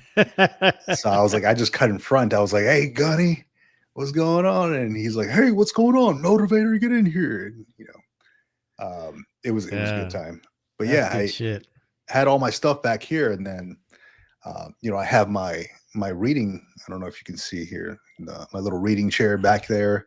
I got my library right here, like all the books and stuff, and I made it into a comfortable place for not only me, but my kids can come in here and read and decompress if they want to, try to make it as comfortable as possible. So the only really military things I have up here are on this little shelf here, and everything else is in the garage. I moved everything else over there. Yeah. Yeah, on the wall. Yeah, and it's amazing how much shit we acquired over the years, bro. It's like, No, it is. God. I mean, I still have a bunch of stuff in the closet. Yeah. I mean, it's ridiculous. I even got my old my guidon. They usually don't give guidons to NCOs, but they gave it to me because for almost 2 years I was the acting first sergeant. We didn't have a fucking first sergeant, so I was the most senior E7. So I was like, tag, you're it. I'm like, oh shit. All right. There you go. Now you got to deal with all the trash, all the crap. Yeah. Oh my god, yes. Oh, that I dealt with all of it. It's crazy, bro. Oh yeah, But, I'm sure of it. I was gonna tell you, I know we kind of touched a little bit regarding the surface warfare that you did towards the end of your career. Yeah. No, this was after I retired. I jumped into it was a contractor position as a surface warfare training and operations advisor. Oh, dude, that's even cooler, man. So you were just a regular contractor, huh? That's right. Yeah. I jumped in with it was through my network, man. It came almost out of nowhere. So my wife was good friends with the lady. She was like a GS-14 or whatever who was looking for somebody to fill in a spot with a commander's action group. So she's like, hey, give me your resume. I'm like, oh, okay. And then without even telling me, she's like, hey, you're going to get a call. This lady, they want you on this commander's action group. This company is looking for somebody to fill in the spot. It pays really well, etc. And it's with Surface and Warfighting Development Center. I was like, okay, well, I don't know much about that, but I'm willing to learn. Right. And sure enough, they called me up. Hey, we got a by name request from you. It seems like you're the guy. So do you want the job? I'm like, sure. They're like, this is how much we're paying. I was like, no complaints. I'll take it. And then, all right, can you start here in like 2 weeks? Roger that. I got you. So it was pretty quick. A lot to learn. Really? In that. Yeah. So was it just a term contract kind of thing? Yeah, it was. They had the contract. They had just renewed it like 2 years before I got there. So it would have been up for renewal the year that I finished my time with them. So it was kind of like up in the air because they're like, we don't know if they want to go. They didn't know if they want to go to a Booz Allen or some other company. But usually whatever company takes over, they kind of absorb you, the contractors. Right. Because they don't want to retrain somebody else, right? Right. But I mean, I knew what I was doing. I liked the work. People were awesome. My boss was cool. And I liked it, man. It was like a lot of like high speed intel stuff, man. Like a lot of Tomahawk stuff, a lot of like movements with ships and fleets. And I was like, man, I've never been exposed to something like this. This is freaking amazing. However, just sitting inside of a windowless room for hours a day kind of takes a toll on you, man. Yeah, I can imagine. Yeah. That sucks, though. I wish it would have been a better environment for you because I'm sure you probably would still be there. Yeah, well, I mean, I left that position because I got an offer for the federal position. I had applied like months before, and then they finally get back to me saying, "Hey, look, we want to have an interview with you." I'm like, "Okay, cool, let's do the interview." And it was great. It was a great interview. They were like, "Yeah, you seem like you know what you're talking about." It was facilities director. So those are great jobs, man, but they're really hard to come by. Yeah. So I got hired on that. It was a GS-13 and it was great. The team was great. Got real cool with one of the other dudes that worked there, retired Master Sergeant, Marine Master Sergeant. And it was a great job. It's just the fact that, Doge was doing the whole drawdown of probationary employees. And I just happened to have been on the job for like 5 months. And they're like, yeah, sorry, dude, you're probationary. You're doing great things. That sucks, man. Yeah. That sucks. Especially when you already kind of we're hoping to stay there for a while. And that really sucks because those are really good jobs to get, man. Yeah, it was And great, man. It was only like a 10-minute ride from my house. It was awesome, dude. And I was bummed about it, right? Yeah, I would be too, especially when you find something you like doing. You know. Yeah, yeah. So, and then the cool thing about that was that I already had all the contacts because I did like a lot of facility stuff when I was active duty, and it was on the same base I retired from. So I'm like, well, I already know who to talk to. Like they're like, oh, we need somebody at naval facilities at NAFAC. And I'm like, I got you, man. There's this dude Jim over there who, like, I talked to this guy before for like roof leaks and stuff. I got it, man. I walked over there. I was like, dude, what's going on, man? I'm back on base, blah, blah, blah. So it was like seeing an old friend. Dude, it's like seeing old friends. Yeah. Yeah. So it was good to get stuff, man. That rapport that you have with people is essential. Yep. Yeah. That's true, brother. That sucks, man. Hopefully they'll call you back once things get better because, you know, I'm hoping things get better. Just it's been a mess this year. Yeah, things are a little rocky, man, with the whole government shutdown, and I'm just still waiting on getting a call back for VRNE to start my VRNE. You know, I emailed my counselor. I mean, that's a huge thing too, because you know they give you the whole BAH and all that stuff, or the monthly housing allowance that's equal to the BAH when you're doing VRNE, going to school. Okay. So I'm like, dude, I really want to start school. You know, I really want to finish off this master's degree and get started. But, you know, I'm sure that these counselors have a lot on their plate as it is. I'm sure they're getting a ton of emails. I'm just kind of waiting for them to get to mine so I can get started on this stuff. What do you want to do a master's in?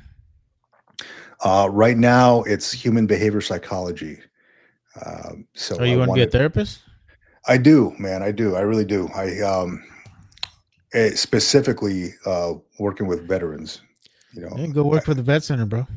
Yeah. So it's up there between the educational counseling, because when I was on terminal leave, I was trying to get in as an ROTC instructor or JROTC instructor over at a high school. They offered me that shit, dude. I was like, no.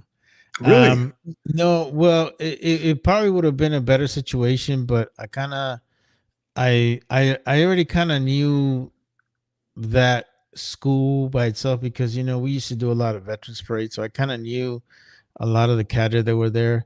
They had this one guy that either he was just retarded or just thought that people wouldn't catch it, but he would always claim that he's a sergeant major. Yeah. And for the moment, you know, I used to go with him. Hey, how you doing, sergeant major, whatever. But then come to find out, you know, and this is the thing that people don't understand is that we're a very small community, bro. Like everybody knows everybody. Yeah. And come to find out, this guy was a first sergeant. He wasn't a fucking sergeant major.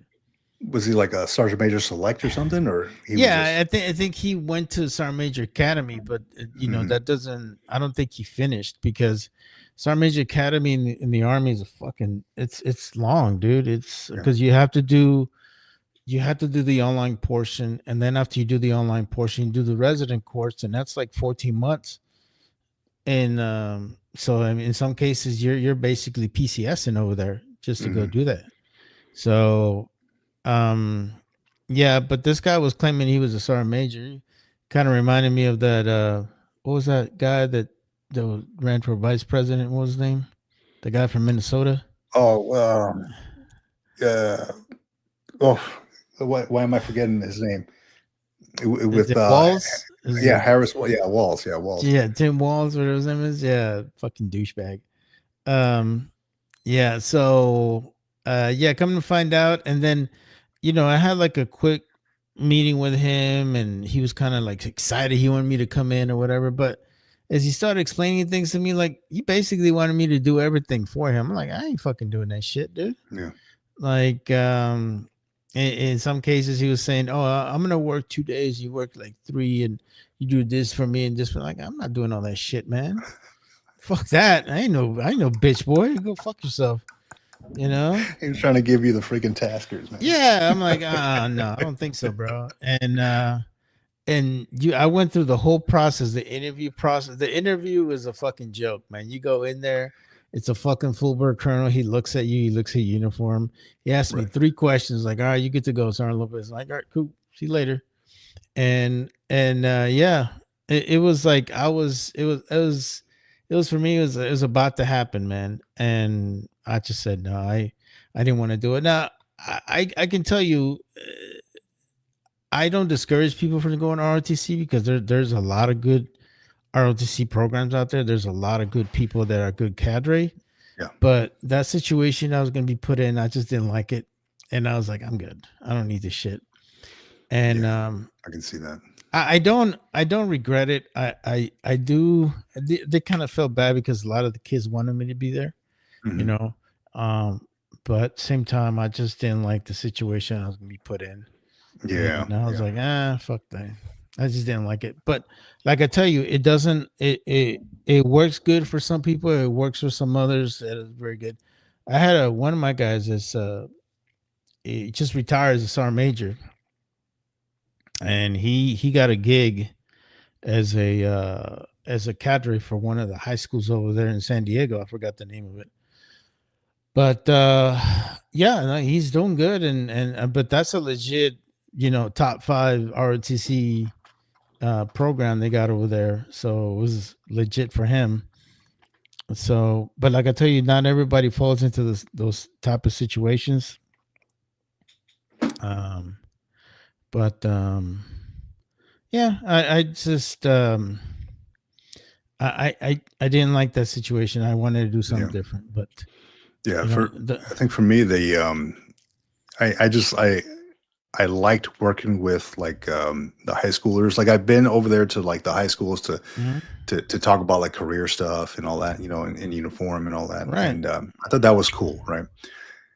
Um, and the school that I was talking to did not have this is after like while I was in terminal leave, it did not have a JROTC program.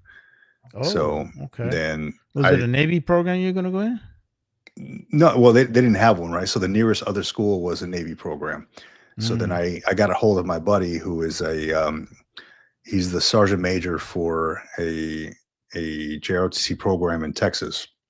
And Mm. he stood up the whole program, right? And Mhm. he's like, the dude's super organized and all that. And I reached out to him. I was like, "Hey, man, how tough is it to like stand up in a JROTC program at a school?" He's like, "Well, here, he sent me all a bunch of stuff, and ultimately it came down to funding, right? The school didn't Yep. have the funds they allocated Yep. because they have this big engineering program, and I'm like, all right, well, maybe next time. So, I got with the principal and all that. He's like, oh, we'd love to do it. We just have to wait for the funding, maybe next year or something. I And still would like to do it. I wouldn't yeah, mind it.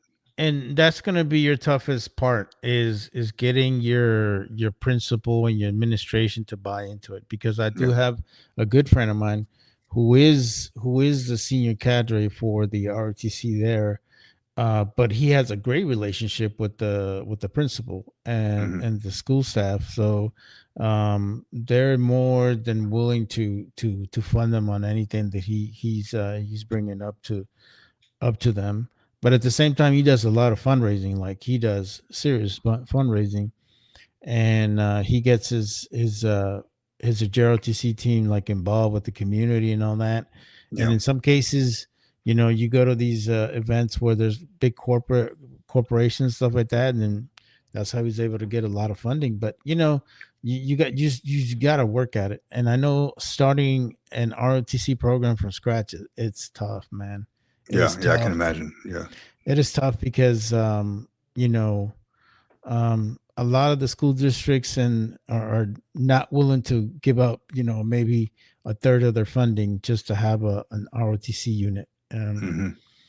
Some like it, some, and you got to also understand there's a lot of people in the education field that are very Karen like, anti-American, anti-freaking military, Oh yeah. I'm sure. and yeah, it's just one of those things that you know Yeah. Yeah. And I thought of this of standing up an entire thing. I'm like, want to put forth all that effort for it, or do I just want to jump into something that's already established? I mean, there's no movement on it right now because all the funding and stuff is on pause, right? There's nothing open for me right now. Um, but it would be nice to help shape the future adults. Oh yeah. That's the part that I want a hand in, right? What And just looking at how, like, young folks, what they're being taught, I think it's a lot of the exposure to, like, social media and stuff like that. I talk a lot about the TikTok culture and all that stuff, but I think it's a lot about social media, and that's a big reason why I only let my kids have several hours, a few hours a day on whatever computer or whatever, their phones, right. because that stuff really, it can really drive somebody's mind to places you don't want it to go and influence them, right? Yeah. So I'm like, man, if I could be an influence on somebody's life, how could I do it? How can I start that? And I'm like, oh, well, maybe ROTC, and that would probably help out. And here's a suggestion for you. If you really want to reach out to young people and kind of help them and teach them, um a lot of the school districts have like these leadership type of groups, like Mhm. clubs and stuff like that. Yeah. And that's how I was able to kind of get into it with the high schoolers. Just basically talk about your experiences, what leadership means to you, how you manage things, how you manage people in different situations and stuff like that. And man, teachers eat that stuff up. They love to get that feedback from people who have been there and done that. So Mhm. there's a lot of like leadership conferences or like debate teams and stuff like that. Yep. If you ever want to get out there and really kind of get a chance to talk to a lot of these folks and talk to the young kids, because they're the ones that would definitely be benefiting from it. Mhm. I would say give that a shot, and Yeah. sometimes that's how Absolutely. you end up finding position, because it's just the quick networking that you do Yeah. can sometimes get you there. Yeah. And that's kind of what opened up my eyes to, like, educational counseling as well. Um, Sitting there and just guiding, almost like a guidance counselor, right? Guiding, these young folks in their next step of their life, which could be college, military, a new career, Right. something else. Something I wish I would have taken more advantage of when I was in high school, but I was a knucklehead, right? To We sit all down with a were. guidance counselor, yeah, and just sit down with the guidance counselor and just, like, ask questions, like, wait, what We is all the were. reality of life after the fact? We're not thinking about that when we're in high school. We're thinking about, No. just dumb shit. So And it goes back to the simple things of life, man. Being a guidance counselor can also be being a good mentor. I yeah, mean, if you recall last time we talked about how we were educating you were educating your Marines, I was educating my soldiers regarding financial education and stuff like that. Those are things that in some cases these kids need, because especially when they go to community colleges or universities, they got these blood-sucking bastards out there. Hey, you want a credit card, and blah blah yeah, blah. yeah. So They're yeah, outside it's every base. They're outside e- every base. every base, bro. They're just like, Yeah. oh yeah, but you get qualified right now, and I'm like, what the hell? Yeah, So yeah, they're all about the money, man. All about the money. They don't care. They don't care if these folks go in debt and they ruin their lives, man. they don't care. It's all about Yeah, money. yeah. So that, I mean, that's where, folks who get an education. I mean, I respect that a ton, right? Get an Hmm. education and teach the next generation. They become mentors. Like, Yeah. here's, guidance counselors, stuff like that. So that's why I was exploring the whole guidance counselor thing. And then I thought, you know what? But I also like, I find comfort in doing, like, stuff like these live streams and Hmm. talking to folks, who have, served their country. I Hmm. think there's definitely a connection there. It doesn't matter what the occupational specialty was, or what their job was. Um, there's definitely a connection there, and I'm like, well, what if I can just help it helps somebody out, who maybe is having some trouble after they left the service, going from military to civilian, because it's not an easy transition by any means. No, You know, not at all. yeah, yeah. Not So at all. there's a lot Um, that goes into it. I recently got hit up by this LinkedIn regarding mentorship, and Mhm. I'm probably gonna pursue it because I think it'll be cool to be able to help others as far as like guiding them into something that they might like doing. Right. You know, and it also goes back to the simple things that a lot of these kids nowadays are only being raised by one parent, and it Mm-hmm. makes it really tough for them because they're just looking for guidance and mentorship, and in most cases it's usually the father that's not in the picture anymore, and it's just so, Yeah, yeah, it's rough, man. You definitely need guidance when it comes to that, man. yeah, I completely understand what you mean. A lot of yeah, the single parent households and all that. yeah. Like Sergeant Stacking brings up a good, good point here on the comments. One of the biggest things I wish I would have been taught to me at an early age is investments. I used to blow all my money on dumb shit in my early 20s. Yes, We all did, bro. I agree. We all did. Hey, man, I was that young PFC Lance Corporal who was constantly at the ATM on a Friday night, taking money out so I can go to the bar, the club, not saving anything, not really understanding the power of investments, compound interest until later on, right? When I was like, yeah, I'm tired of living paycheck to paycheck. I'm always broke and stuff. And it's not like privates and PFCs get paid a lot anyway. I don't know what my paycheck was, $800, Yeah, 700. I it's don't, I like don't even remember. $700. Well, Gary Owen used to talk shit all the time. You What's ever that? What do you seen? say? Yeah, because he said something about his first fucking job joining the Navy, and he and he looks at his at his checking account because it's like $500 on the Mm. 15th. He's like, oh, $500. He goes, Mom, you ain't got to work no more. I'm like, Oh, far from that, man. I mean, oh, maybe in shit. like the 40s or 50s, dude. But yeah, Yeah. if it was that Yeah. much, but not these days. Yeah. $500 can't get you a week's worth of groceries, dude. One thing I would tell you, bro, Mhm. is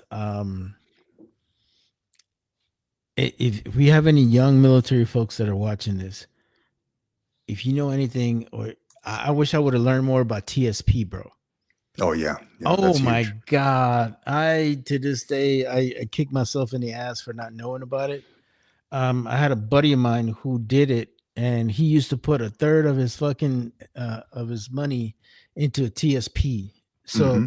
this fucker not only retired from the military, but he ended up. I think he showed me a statement one time. I think he had over $200,000 in that shit, bro. Yeah, I was like, man, you it's ain't gotta huge. work. It's like, no, I don't gotta work. I don't gotta do shit. Like, That's huge. yeah, absolutely. All right, hold on one second, man. I got my kid at the door. Give me a second here. You there? Oh, Yeah, you I'm might here, be on bro. mute. Yeah, just give me a second, man. Let me open this door real quick. Go for it.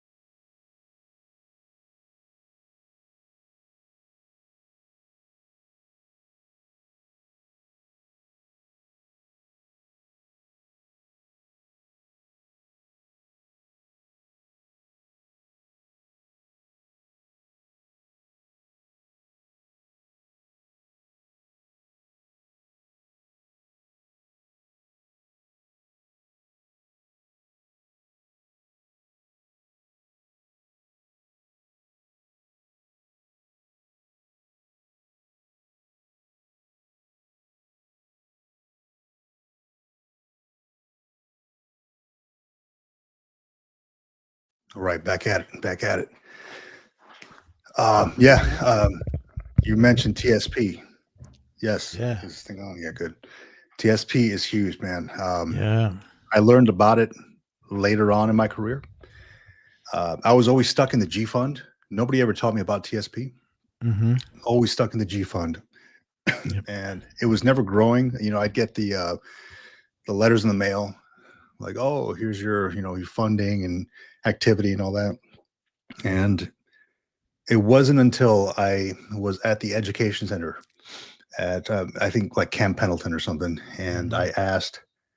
I passed by the financial manager's office, a civilian financial manager, and then I just asked, "Hey, look, can I make an appointment with you? I just have questions like about TSP." And they're like, "Oh yeah, yeah, I have an appointment next week." Cool. Sat down, and they're like, "Oh, you need to get out of the G fund." I'm like, "Well, okay, what do I do next?" Right? And they kind of walked me through everything, helped me explained all that stuff to me. Mhm. And for anybody out there listening, like this is not financial advice. I just have to preface it with this because I'm not a financial advisor. Neither am Uh, I. yeah, Just like- this is just what I have done, and I completely switched everything around. I started maxing out my TSP, like realizing I made a kind of a deal with my wife, right? I'm like, hey, Mhm. you're making a good salary. We can live off of your pay.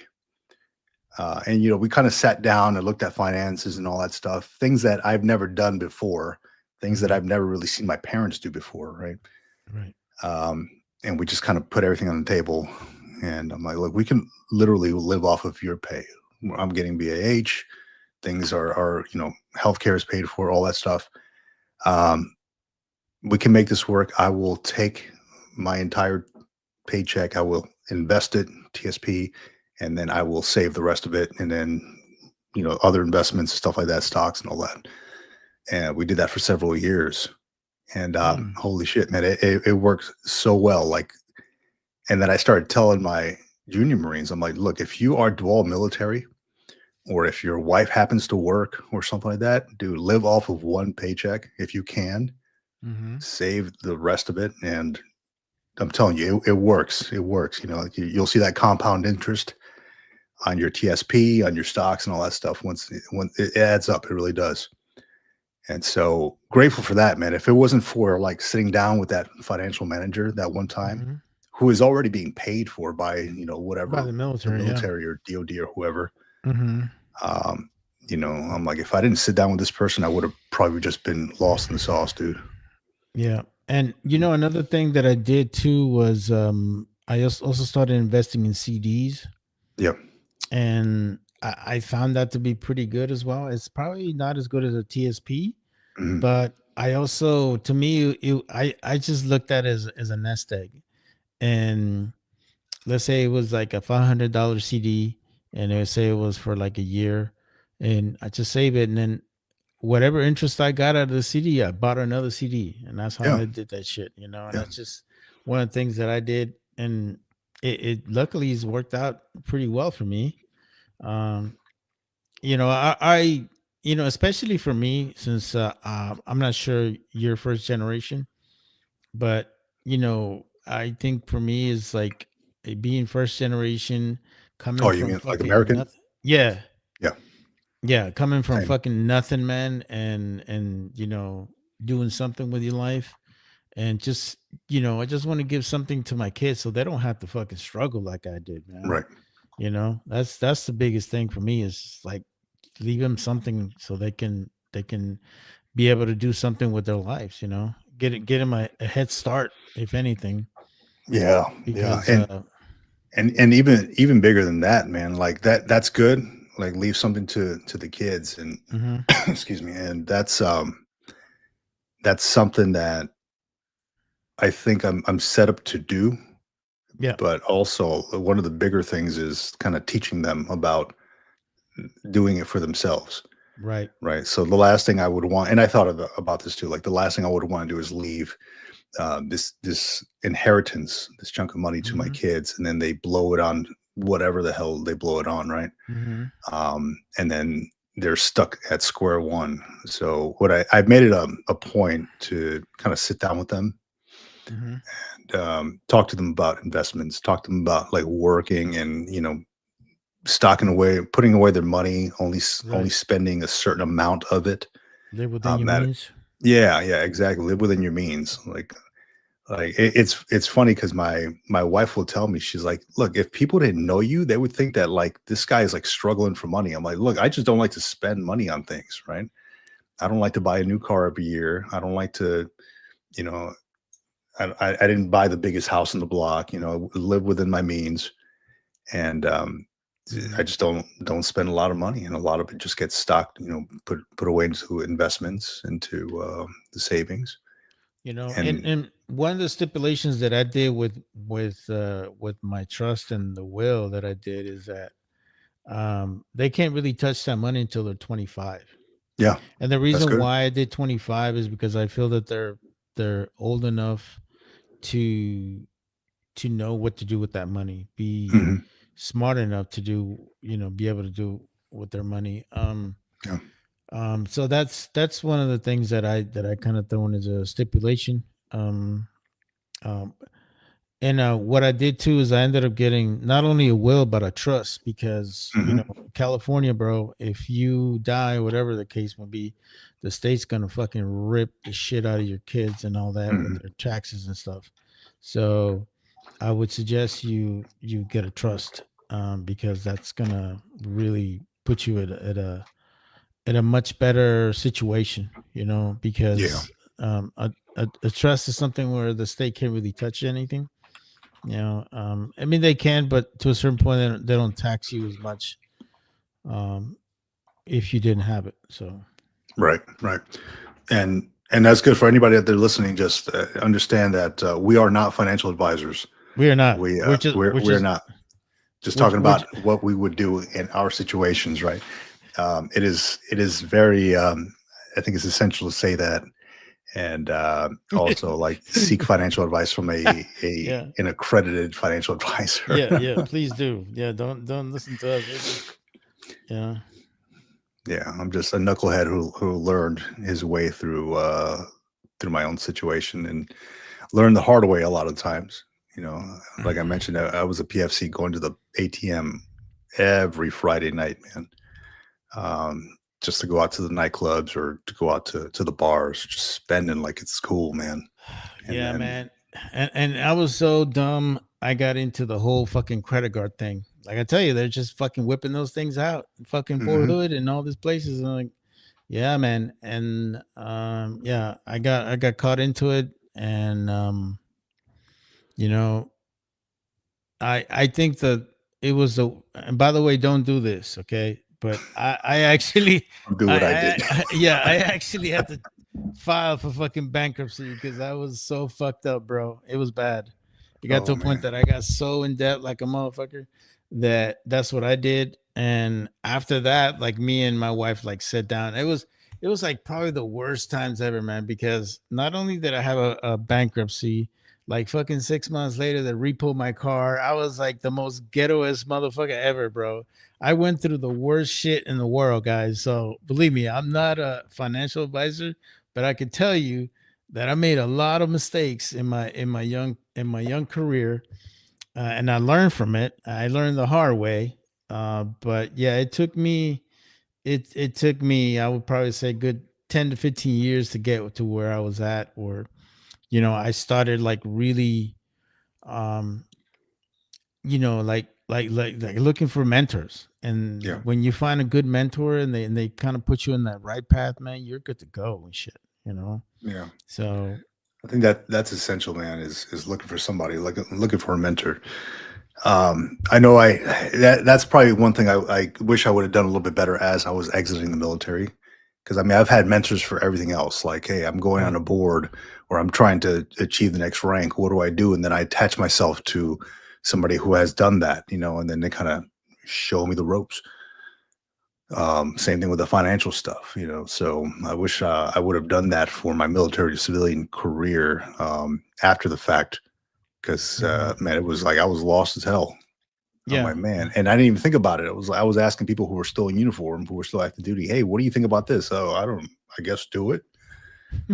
So yeah, I'm like, uh, dude, they've never retired before. They don't know. they don't know. And I'll be honest with you, I learned the fucking hard way on a lot of stuff, man.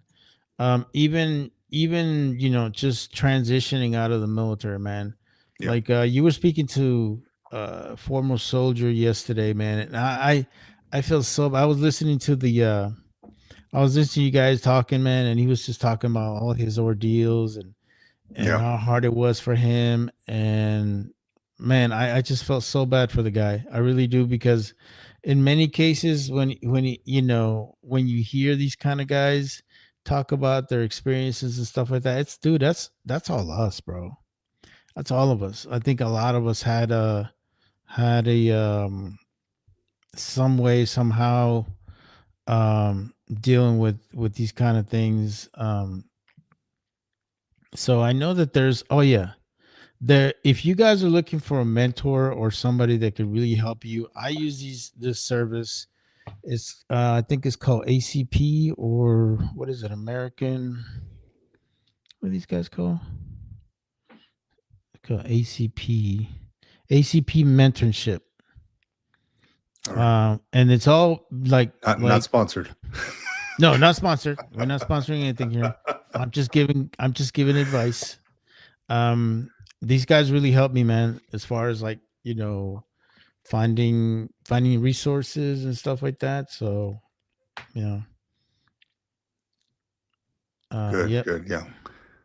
Getting it. Oh, Yeah, we look at got that. There you go. See? ACP Business and Employment Mentorship, getting a new mentor this week. That's awesome. Yeah. Awesome. I've not looked into that. You've given me something else to add onto my list here to look into. Yeah, ACP mentorship. ACP mentorship. Yeah, man. They're really good people. And they really always kind of point you there. As a matter of fact, you need to set up something, bro, because you have a lot of skills that you could definitely help, a lot of service members, especially where you live. Like, there's a plethora of shit Yeah, around yeah. you. There's a lot out here. Yeah. You need to completely take advantage of it, bro. Yeah, no, I would love to, man. I would love to. A lot of these, maybe even younger folks who have gotten out and maybe don't have direction, um, Mm-hmm. just kind of like lead them to the place where they should be. Mm-hmm. Um, right. Because, I've talked to so many people about this stuff, like folks like Mm-hmm. you. I've talked to so many people, so many guests on the Military Retirement Podcast, and reviewed so much stuff. And I'm constantly in this world. And I'm like, man, there's so much to learn, but also so much to give. Yeah. And I'm so glad that we finally start having like lo- it's kind of sad that pretty much a lot of the private sector ended Mhm. up like creating the resources for their fellow veterans, Yeah. because in most cases the VA just is overwhelmed. They can't handle these kind of things. And Yeah. I'm kind of glad that we have a lot of nonprofits, a lot of folks out there that are just stepping up and trying to help a lot of the veterans out here. Yeah. There's a Because ton, man.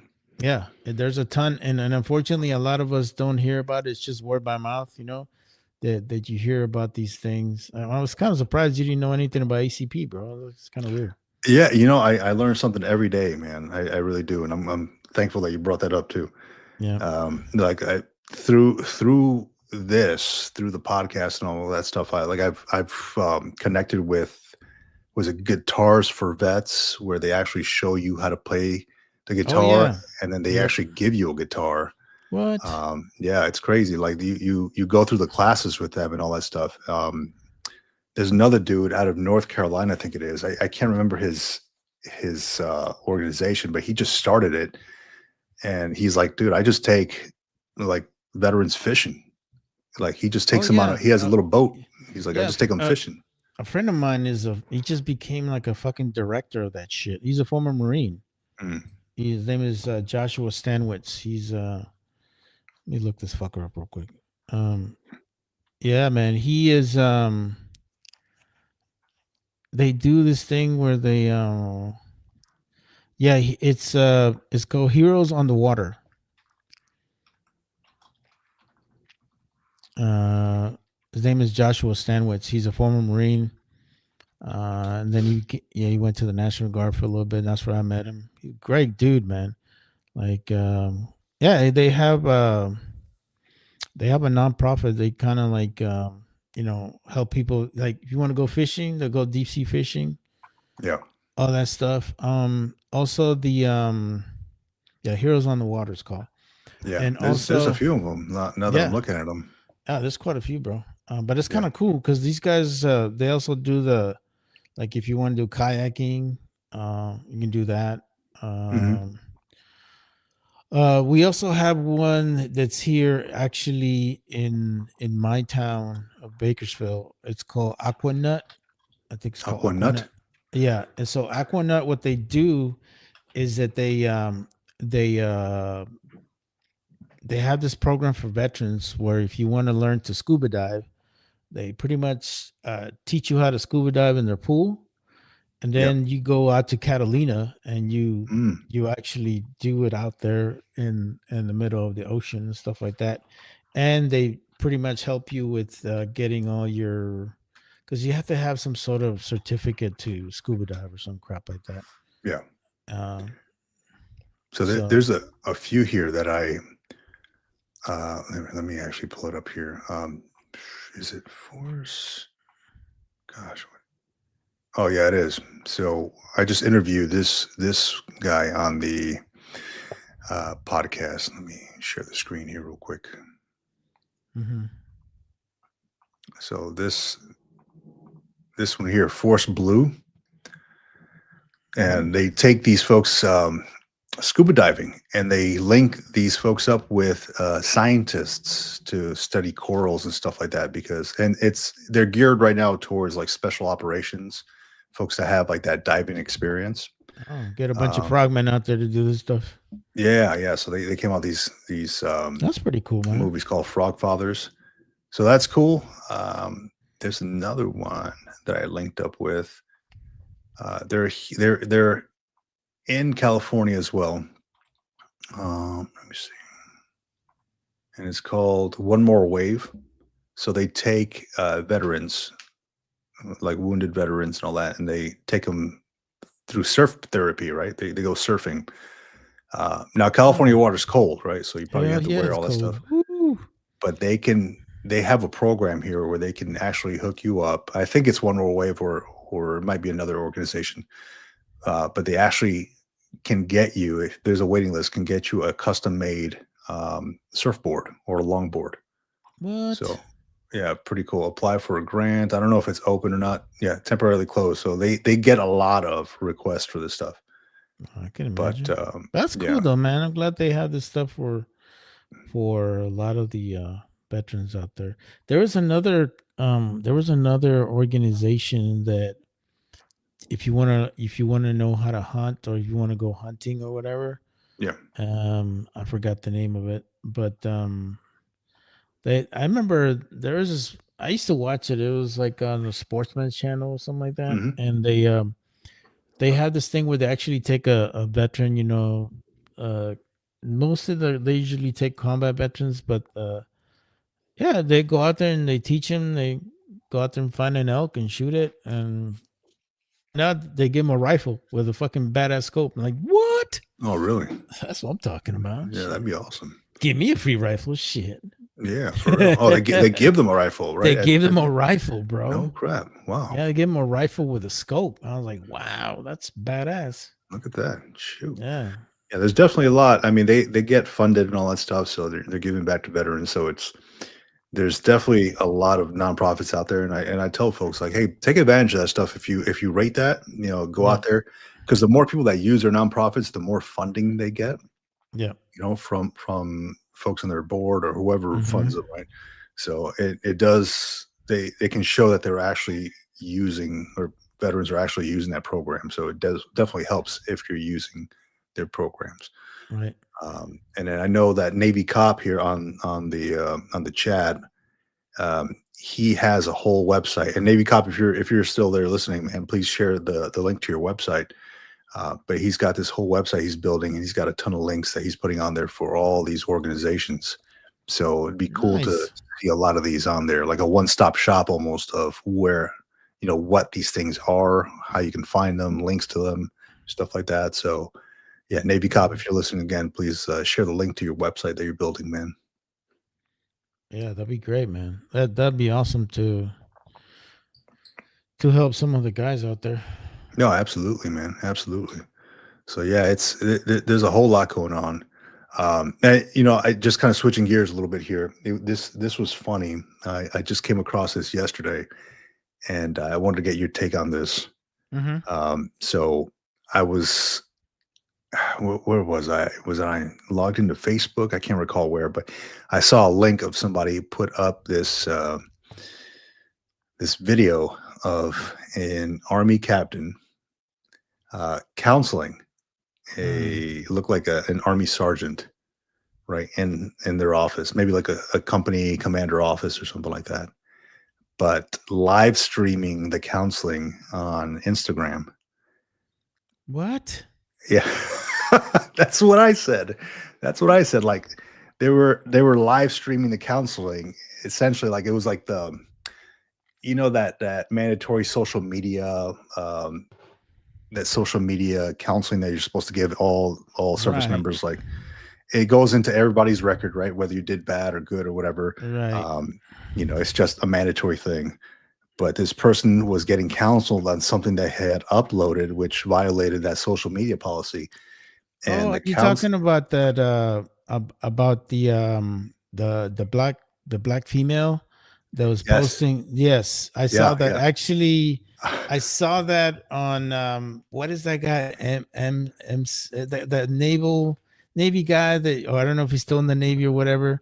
And he started talking about how they pretty much kicked her out in 3 days and stuff. But I don't know, man. I did find that to be very unprofessional, because counseling should be a one-on-one thing, or should be a peer-to-peer kind of thing, where you counsel somebody and you let them know what they made a mistake on, or whatever the case may be. Yeah.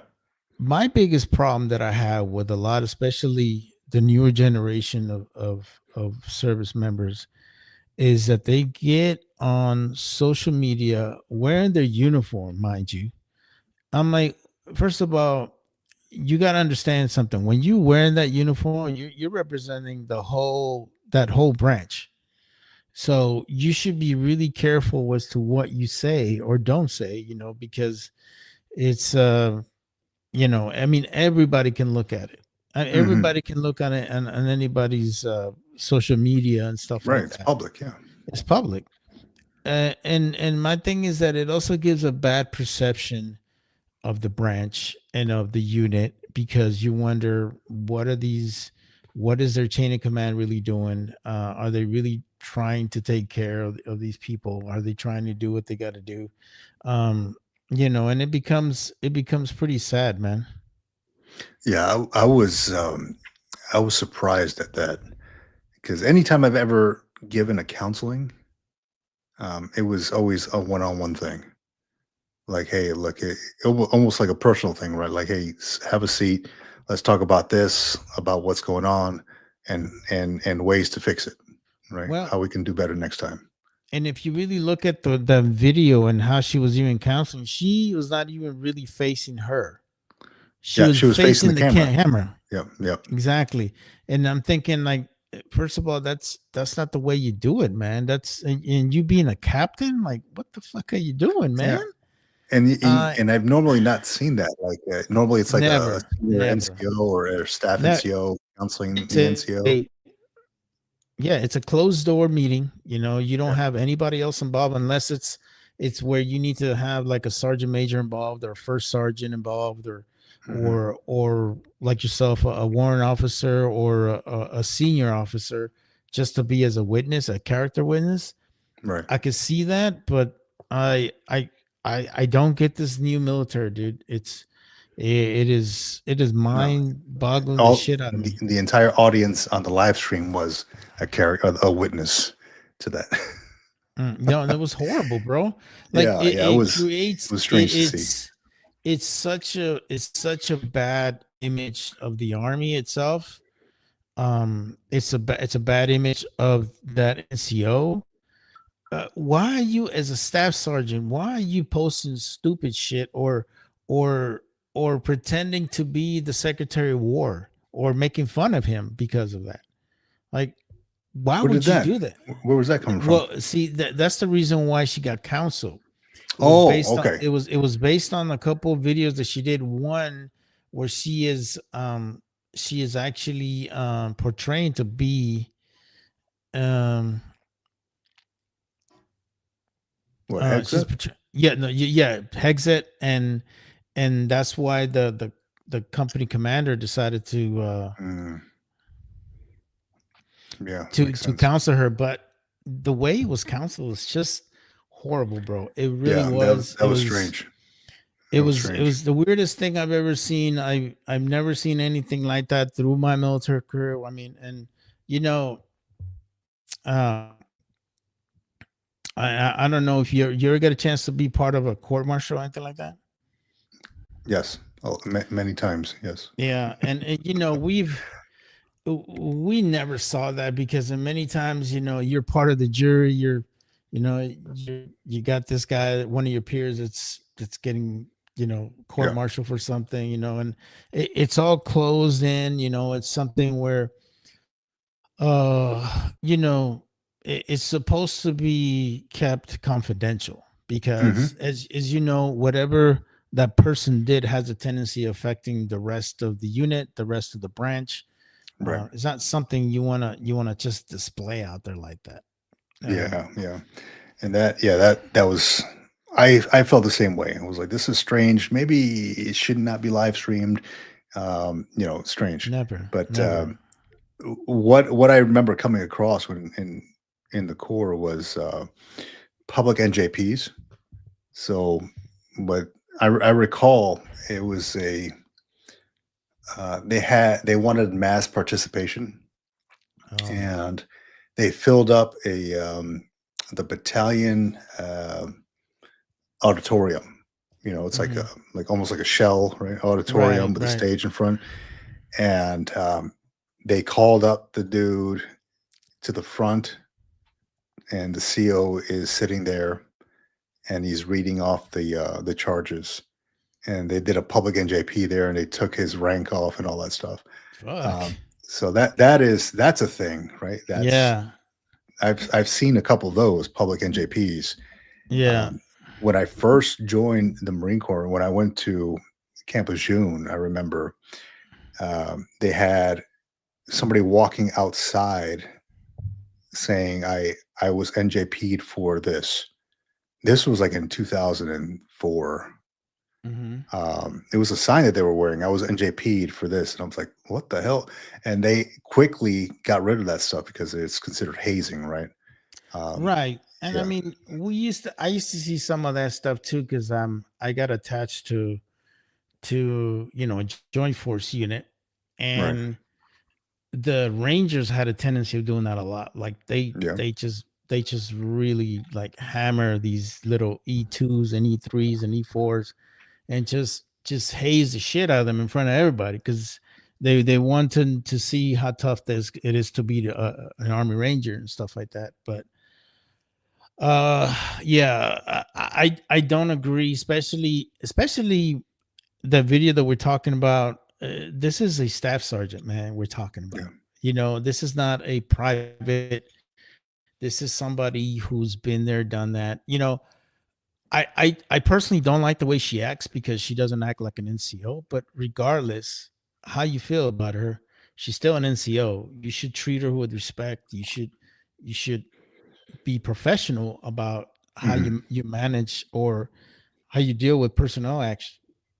right. Yeah, I had no idea. I didn't look that far into it. I just saw the part where it was the counseling. I was like, "What? Let me." Yeah. Well, I don't know what I was looking at there. Yeah, Um, I thought it was like a joke or something, yeah, like me maybe too. Me too. like one of these meme videos that you do out there just to be funny. But this is a legit freaking council. I'm like, what the hell? She got the 4856 on her hand. I'm like, what the hell is this crap? Yeah, and my first immediate thought to that was, man, people are really doing anything for the likes or for the thumbs up, and that was kind of weird, really worrisome, right? Because I mean, what does a like give you? Nothing. What what does it? Does it pay your bill? Like, No, it you know, doesn't do nothing, anything. nothing, right? But You know? for a lot of us that been there and done that, and we see this just it looks bad. It's embarrassing not only to see that, but it's embarrassing for us to even be associated because we come from a different generation where things are a lot different back then. We never. Mhm. I would never counsel somebody live like that unless the only way that I would see that is maybe having a character witness, like to see on video or whatever live. Right. That could be a Right. reason, but I don't know. It just, to me, it was weird. It was something that I don't agree with. And another thing I want to add to this is that this is it, and I don't like to stereotype people, but fucking combat support units have a tendency of just doing things a lot different than a combat arms unit does. Because, and this is the problem that we have in the Army. Like, one thing I love about the Marine Corps is the Marine Corps is disciplined throughout. It doesn't matter what you do, whether you're a cook, whether you're whatever. Everybody's very disciplined, very detail oriented and stuff like that. In the Army, it's totally different. The combat support units have a tendency of just doing their own thing, not as disciplined, and that's where the problem lies. If everybody was at the same discipline level, there would not be the problems that we have in the Army. Whereas in the combat arms units, like artillery, engineers, infantry, tanks, they're just more disciplined. They have to be more disciplined. As in most cases, they're getting on the plane and go out there and deploying right away if that needs to be. Right. So the chain of command, it becomes a real big thing. The addressing people by the rank is the big thing. The respect factor. That is the problem that I have with the Army, and the Army has never tried to change that. It is. I think in many ways is what makes it weaker. And it come to a private example, the private that got fucking rescued in Iraq because they went the wrong route. I forgot her name. Somebody help me out in the side chat. I don't know. Anyways, this happened during the Iraq War, and these were combat support guys that didn't know how to fucking navigate. You know what I'm saying? Got put into the wrong area of Iraq, got ambushed. A bunch of them got killed. One of them got fucking taken hostage, and you have to go and get the special forces to go out and fucking get her. I think I remember that. And come to find out, these fucking guys haven't cleaned their fucking weapon forever. Like most combat units, like, dude, every day you're cleaning your weapon. Every day you're doing this, you're lubricating your rifle to make sure if you get into some shit, you're good to go. These people had not cleaned their rifle in days, and you and I both been in country. You know how it is. You leave your rifle out there for 2-3 days, it's just getting caked on. Acquired dust, and it's caked up. So that's what happened to them, and that to me is the biggest problem in the Army, and that's the reason why in some cases, we're not really taken as we don't have that. How can I put it? One thing I do like about the Marine Corps has a certain persona about them. They're high speed, they're low drag, they go out there and get shit done and stuff like that. Unless you're like in a combat unit in the Army, they don't see you that way. The civilian folks don't see us that way. They see us as, yeah, we're a lethal force or whatever, but they don't see us as the same way as the Marine Corps does because of our discipline factor. And that has been a problem that has been going on for years and years in the Army. And I know it's something that they're still working on, but and it won't change until people start changing their ways. Right. Yeah. Yeah, I can see that. Yeah. Well, damn, man. Real quick, I'm gonna go to the chats here real Go quick. for it. Let's see. RWD channel 2901. I was on rest and relaxation in Bulgaria and got arrested by MPs for having green incense. They thought it was marijuana. I got an Article 15 lost rank. I got my rank back. I proved I was innocent. Well, thank goodness for that, RWD, because you definitely don't want to lose your rank and potentially get kicked out for some damn incense. Glad you got that sorted out. Fuck. Let's see. That incident factored into why I left the Army after 4 years. I think right around the time he put this, I think we were talking about the counseling on the live stream counseling on Instagram. Let me see what else. Nacho Man Ranchy Salad. Oh yeah. Oh yeah.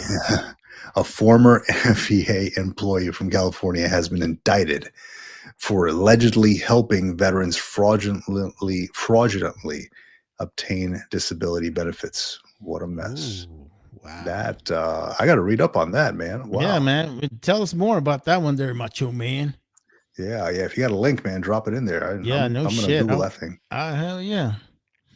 Yeah. Let's see. Intentionally instructed veterans to provide false, exaggerated, and misleading disability claims of service-related injuries to support such claims. Instructed veterans to alter documents submitted. That is no good, man. Fuck. That does not help the optics of what veterans are going through right now with the whole veteran disability claim issues and the fact that the government is taking a close look at that. Yeah, it definitely does not help that at all. Mm-hmm. Yeah, it just goes back to that article that the Washington Post did, and they talk about all this nonsense. That was a crazy article, man. I read that.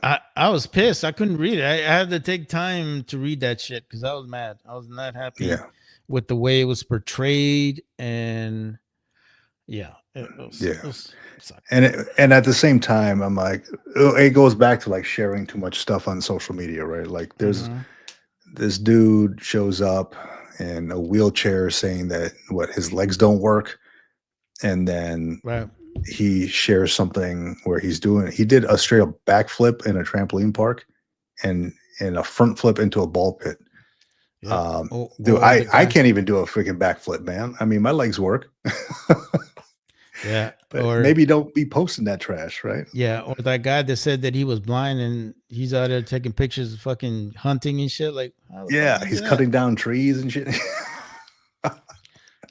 That's crazy, dude. Like, I don't see the pull. I guess I don't understand it because I'll take it back to this channel, right? The Green Logbook. It took a long time for me to want to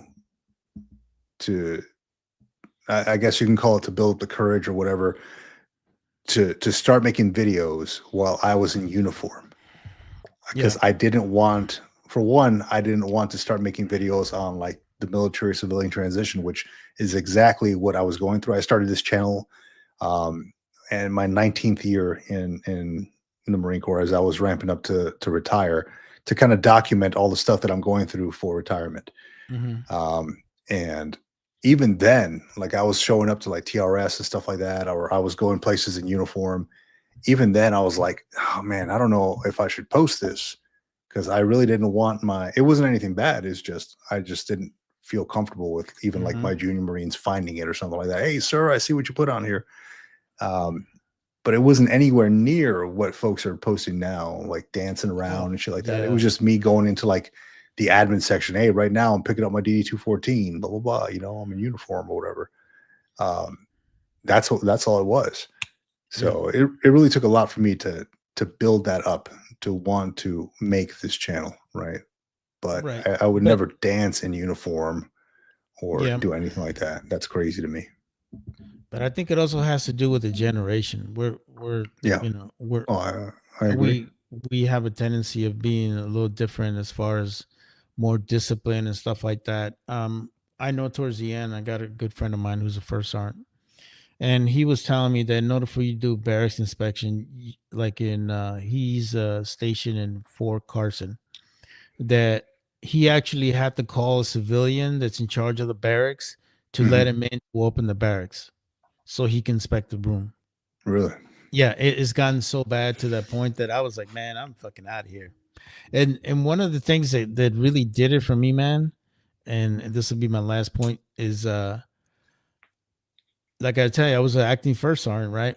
And we were in the field, and my sergeant major told me that I needed to stop because we were going to go and start doing land navigation. Right. And he told me that we needed to stop that to go into the classroom and do sharp training. Like the sexual assault. Yeah, training? sexual assault, Okay. you know. And, Yeah. and I'm telling them, like, Sergeant Major, this is like a perishable skill, man. If these guys don't do it, they're gonna, use or lose it kind of thing. Right. This is something we haven't done land nav in like 6 months. Like we need to, get ourselves back up to speed. Because I got new guys that don't know how to navigate from fucking point A to point B, and they got a GPS. Like, what the fuck is going on? Yeah. And so, make a long story short, we really got into it. It got to a point that he had to put me at ease because I was just going off on him. I was like, "This is bullshit," like at ease, like oh shit, and then I had to fucking listen to his bullshit fucking rant for why he's doing this or whatever. Yeah. And after that, bro, I was like, I just kept saying to myself, "What am I doing here? Like, Yeah. fuck this shit, I'm out," And then like. I think like 15 days later, I really was thinking about it, man. I was just thinking about it, and I just put my retirement paper in, and Sergeant Major comes up to me, "Hey, man, I had plans for you." I'm like, "I'm good, man. I don't need your plans. I'm out, yeah, man." Yeah. Well, So shift your plans, man. yeah, This he is did. happening. Yeah, and it was just one of those things that it just left a really sour taste in my mouth, bro. And it just Yeah. got to a point that I couldn't do it anymore. Yeah, yeah. I think a lot of folks have that, right? They have these experiences that are kind of built up that at some point when they can, maybe when they see the end of their enlistment or the first chance of retirement or something, they're like, "Yeah, I'm out. I'm done because of this, or I stopped having fun, or et cetera, et cetera." Yeah, when it just gets too politically, correct on a lot of stuff, and it's like, the military should not be a social experiment, bro. It should be our job is to fucking win wars, not Yeah. fucking deal with all this social experiment bullshit.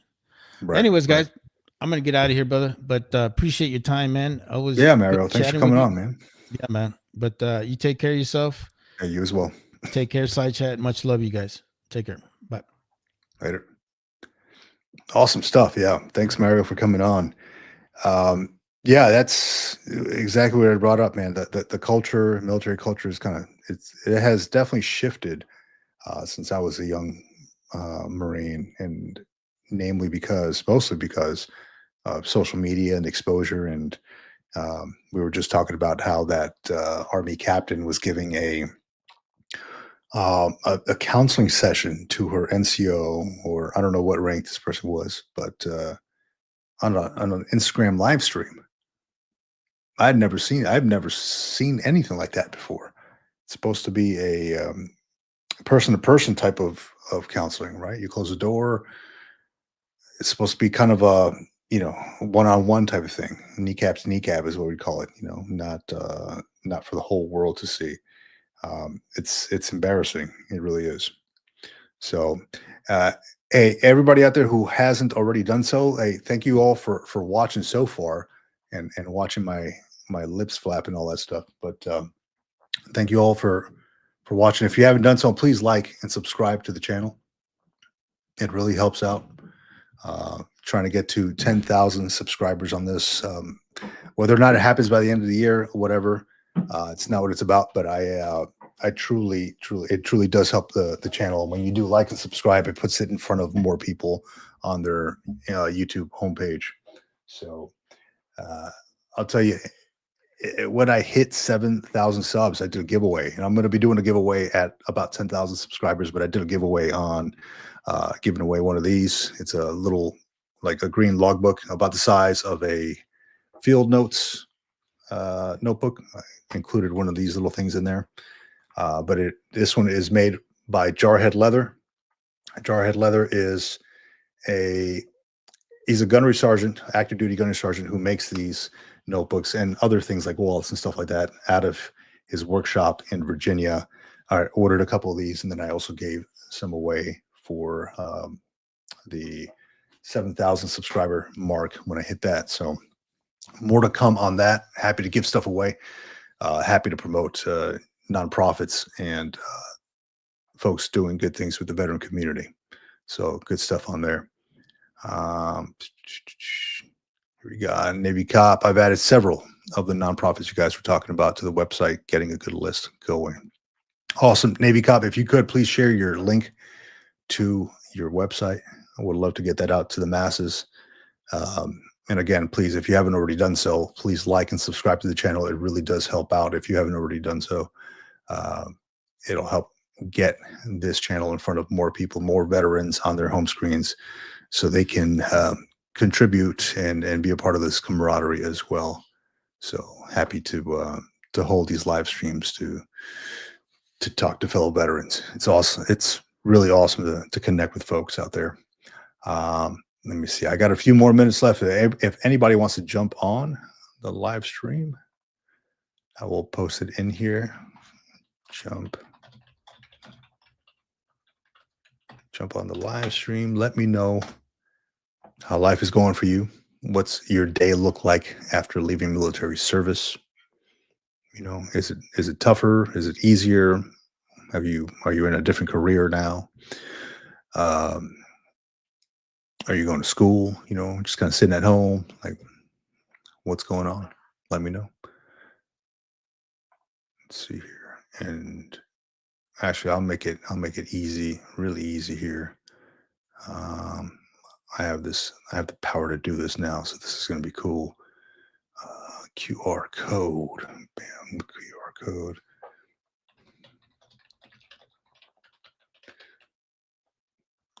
I should have did this from the beginning here.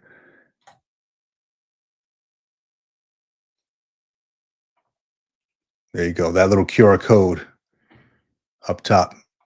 Jump on the live stream. Where is it? Over here. Bam.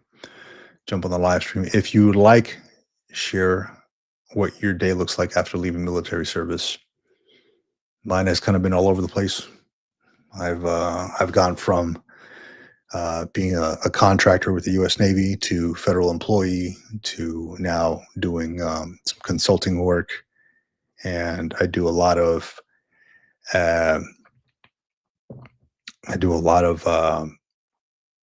mentorship and coaching on finding your next purpose, your next mission. And there's a link to it on thegreenlogbook.com. So if you feel so inclined, check that out. RWD channel. Yeah, it's counseling, not treason. Yeah, you're right. It is counseling.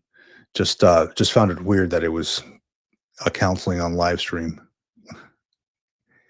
You know, I've never experienced something like that before.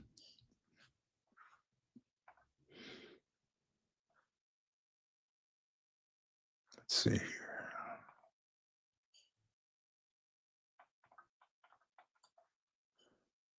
Overlay, QR code. Let's fix that guy here real quick.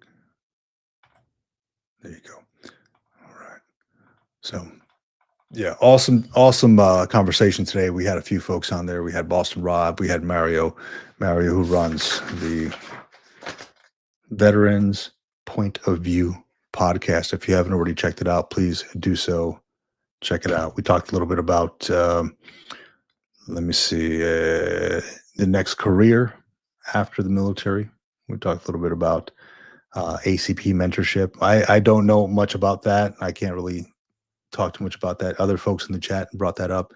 I'll be looking at that a little bit more to see what it's all about. I wouldn't mind getting either becoming a mentor or getting into mentorship or getting one. So always something to learn. Always something to learn. So let's see here.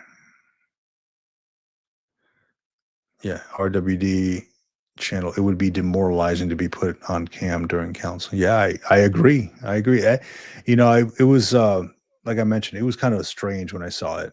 Like somebody had put it up there and they said, "Oh, a live stream counseling." I'm like, I've never seen that before. I would have never done that before. But this is coming from, I believe it was a company commander to an NCO, and the company commander was kind of facing the camera while the NCO sitting on the side. I'm getting counseled. Yeah, it's a new military, new times we're living in. We got Navy Cop on the stage, man. Navy Cop, what's going on, man? Hey, That was life, man. I'm looking at two screens. I have no idea what's going on. ACP. Yeah, definitely check them out. I hadn't seen them until I went to a GI Jobs online career fair. Yeah. And they promoted up there. But yeah, they get business people with some significant backgrounds to do free 1-year mentorship for business. Now, is that free mentorship for like veterans, or is that just for anybody? Yeah, no, this is veteran based. Okay, cool. Write that down.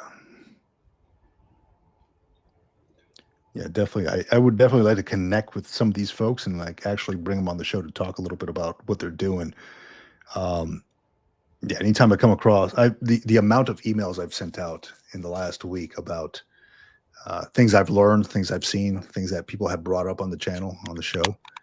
And I've sent emails out to different organizations, still waiting to get back to me, but I potentially have them on the show just to spread the knowledge, man. Because I learn new stuff all the time when people bring it up. I had no idea. Well, and that's the reason that I'm building out that website, just because there's so many things out there that people don't know. We don't know about half the nonprofits that some of these guys bring up, and that or vet-owned businesses. Mm-hmm. These guys that throw a shingle up on Facebook, trying to get the word out. There's a guy on Facebook that does metal casting of military ranks. Navy jobs and stuff like that for award boards and stuff like that. And as far as I know, he's solely on Facebook. Does really good job with that stuff. And then the podcast, the blogs. I'm starting to get blogs up on the site as well. And nice. The site's growing into a monster with 3 heads. You're creating that monster, man. Oh, but it's good info. Between me and 2 cats, and they don't do any work. I don't even know what the deal is. But they still get fed. Who knew? So there you go.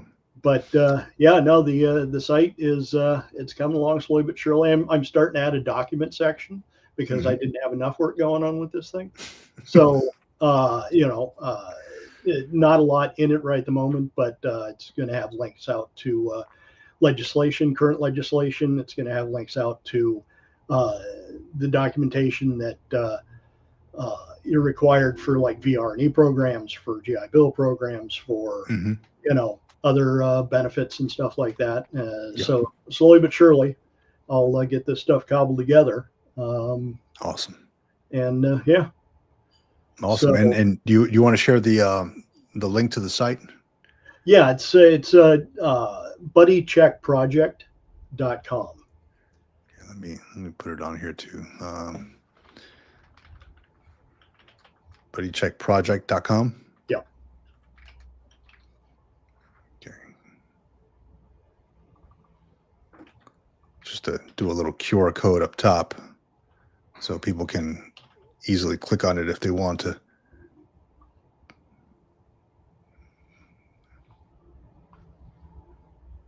we go. Buddy Check Project. Yeah, that QR code right there will take you into buddycheckproject.com.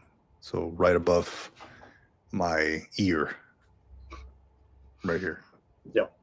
So Buddy Check Project. Awesome, man. Yeah, I do appreciate all the work you're putting into this, man. I mean, this is incredible. I've been on there before, and it's just you're doing a whole lot of work, man. There's some heavy lifting there, but I think for a good reason, though. It's gonna look good. It's gonna look good. Yeah, for me, January 1st will be 16 years retired. And while I did some stuff after I got out, I haven't had the same focus that I did with the military, and until now, this is the first thing that's really jumped out at me that has excited me in a long time. So, between excitement and frustration and getting the thing built out and stuff like that. And then trying to get work, like the rest of us, I work part-time. Right. Can't get the interviews for the full-time. It has nothing to do with the Santa Claus, I'm sure. But and you go on you went on Camo's AI course yesterday, right? What is that? How's that working out for you?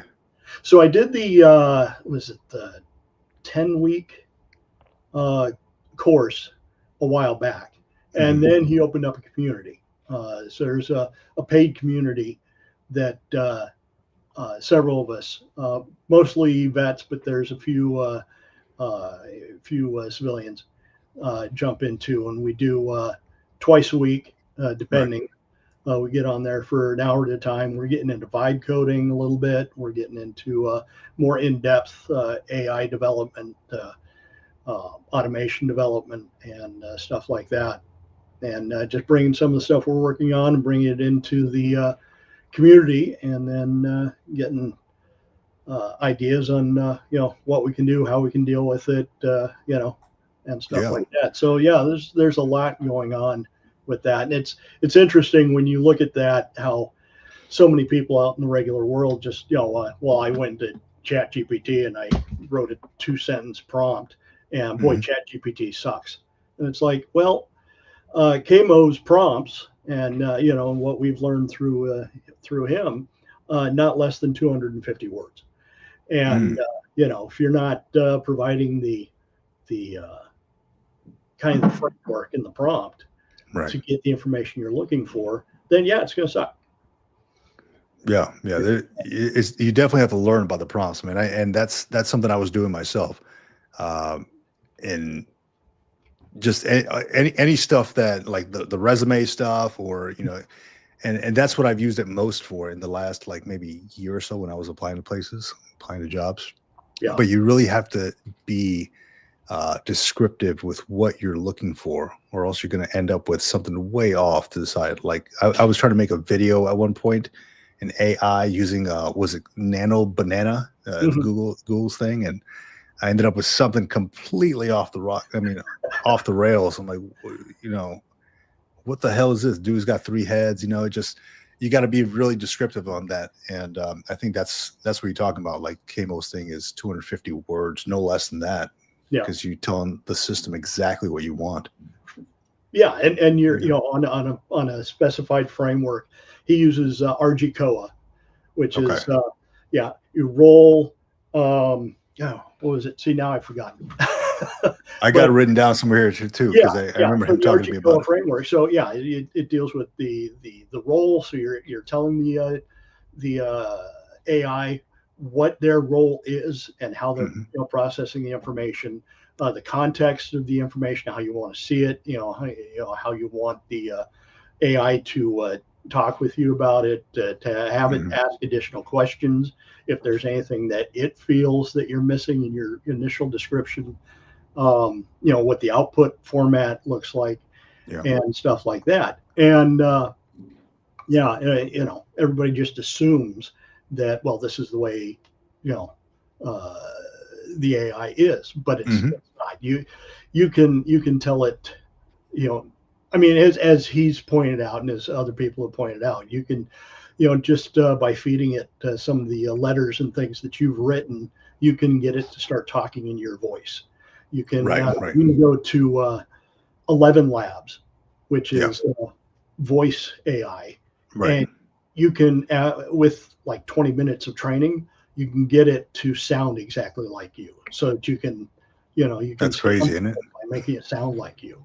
And the things are, increasing and developing daily. And That's both crazy and scary at the Oh, same it's very- time. yeah, very, Yeah. very much so. Yeah. And like even when we put the 38 CFR, it was John that did it. He went and used Notebook LM and put the entire 38 CFR in Notebook LM, and it explains it to you. It's like two people talking to each other and explains it to you like a podcast or something. Just two people talking. It sounds normal. And then he posted it up on our podcast, and I opened our podcast up on a Monday morning because that's usually when they go live, and I'm like, who the hell are these people? Yeah. Like, yeah. And he explained, oh yeah, I'm trying out Notebook LM. I thought we got hacked or something. I'm like, what? Well, I've and never the heard these kicker people on that, once they have the podcast set up, Mhm. you can actually go into it and break into the conversation and ask a question, and they will respond to you as if, oh, we've got a caller on the line, and then that's a great question, and they'll go into what you asked based on the information that they're pulling Wow. from the documentation that you've listed in the document section. Yeah, it's absolutely insane, and it does it does the wireframe diagrams, and it also does some video Mhm. processing and stuff like that, and that's the most recent. And then Gemini, which part of that is based off of, just came Yeah. out with Gemini 3, Mhm. 3 or 3.5, I can't remember. One of And those. so I think 3.5. so that's like a major increase or a major update. Yeah. Dude, the world is moving so fast when it comes to Yeah. technology, man. If you're not up to speed and know how to work it, you're gonna get left behind. Oh yeah, and Really? and that's where we run into the issues with getting jobs, Yeah. because you can set up AI as an agent with N8N doing the automation to take your resume and scrape LinkedIn for jobs, and it will go ahead and 30 minutes or less, it'll tailor your resume to every single job it scrapes and build cover letters and send out all those resumes. You don't have to do a thing. So you can send 100, 200, 300 in 30, 40 minutes to all these jobs. Now these HRs are getting just swamped by these things. So they're going to HR or AI systems to actually feed the applications they're getting Mhm. through these AI systems to filter out to get the best qualified candidates. But these systems aren't tuned as well.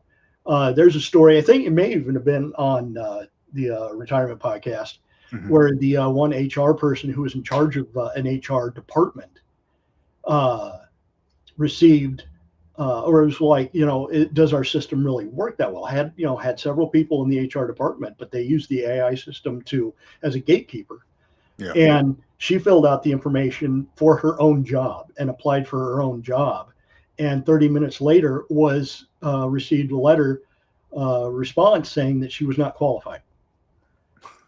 And and apparently she went in and she fired the whole department to Holy bring in crap. people that can tailor the AI to actually meet the needs, and not just because it's like government. They have no idea about technology. You got 70, 80-year-olds in government who still don't Mhm. understand how cell phones work, and Yeah. they're telling us or they're passing legislation on AI and cybersecurity policy, and they Right.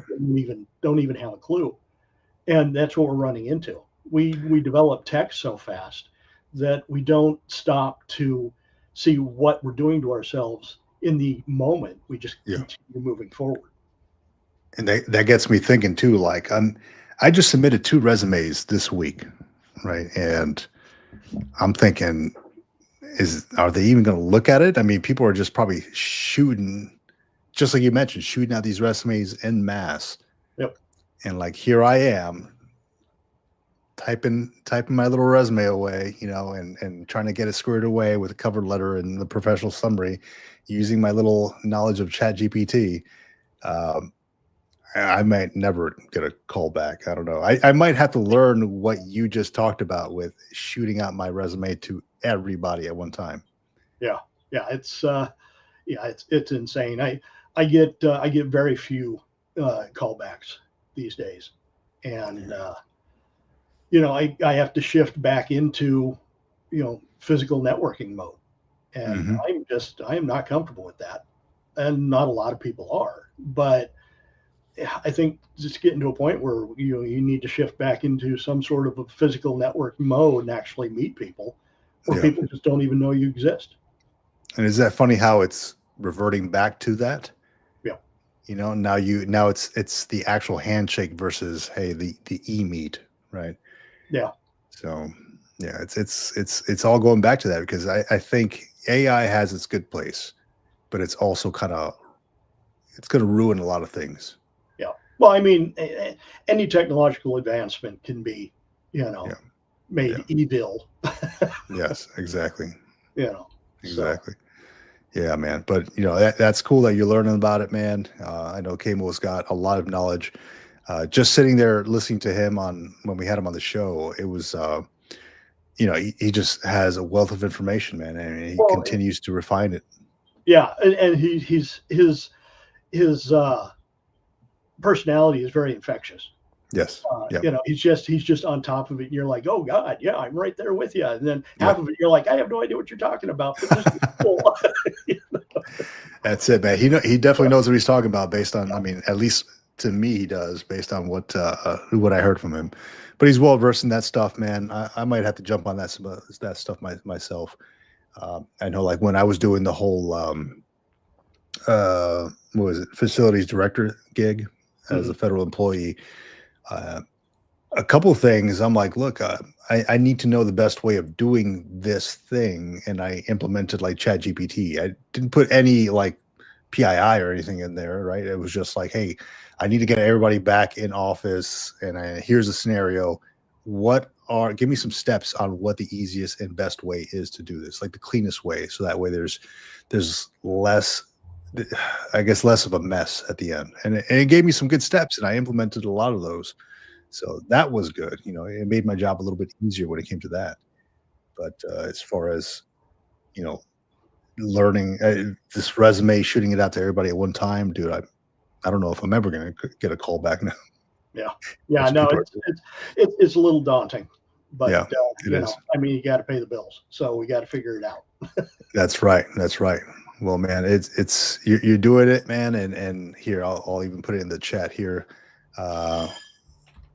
Buddy, check project.com. It's on there now. And yeah, go to buddycheckproject.com if you haven't already done so. Support the website. It's going to be an excellent resource for anybody out there who's looking to get some links, to get some better information, nonprofits, all that good stuff. Yeah. And I've got I've got the Green Logbook, and I've got Military Retirement Podcast in the podcast section, and I scrape YouTube for the most recent 15 episodes every night, and so you're updated every night. So awesome, man. Yeah, awesome. And then this Sunday on the Military Retirement Podcast, which is also going to get streamed on the Green Logbook as well, we're going to have Dennis. He runs Veterans AI. So so his thing, as you know, his thing is making it a seamless process to get your VA disability claim submitted, or at least generated, or Nexus letters generated. That way you use AI to do all the footwork, and then just submit that over to your doc or whoever it is, your primary care manager. They sign off on it. And that way half of the process is already kind of done for you based on his services. So very cool. Very cool. Look forward to talking to him this weekend as well. Yeah, the Nexus letters. Yeah, dealing with primary care. I I just was able to bump myself up recently. Oh, right on. And the issue you run into with primary care is that a lot of the docs won't sign off on anything because it's a conflict of interest, because you're trying to bump up your percentage, and it's like us against them, and they side with the VA. So they consider it a conflict of interest. That's what I ran into with my most recent primary care. I actually have a new one because this guy didn't last, and I've got a new one I'm seeing in the first. It'll be my third in 4 years. But yeah, some of them they won't even look at it because they consider it a conflict of interest. So That's you know, crazy. you run into those issues. And VSOs in our area, I know I talked about it before. We've got some with the VFW. They just got a new VSO in. We've got another Clark County Veterans Assistance Center. They've redone theirs. I think they've got 2 new ones, but they're 600 applicants each that they're dealing with right now. The American Legion, at least in Washington, the American Legion was decertified a few years ago, and they have no VSOs. I think they're in the process of recertifying, because I saw the Washington Department of Veteran Affairs is looking for somebody to oversee VSO programs with the American Legion, so they may be recertifying. So yeah, we're kind of sucking here in Washington when it comes to a lot of that stuff. So, Man, that's a lot. 600. Yeah. You're a case manager at that point. That's never going to happen anytime soon. They're not going to see the end of that. That's going to keep accumulating. They're trying to get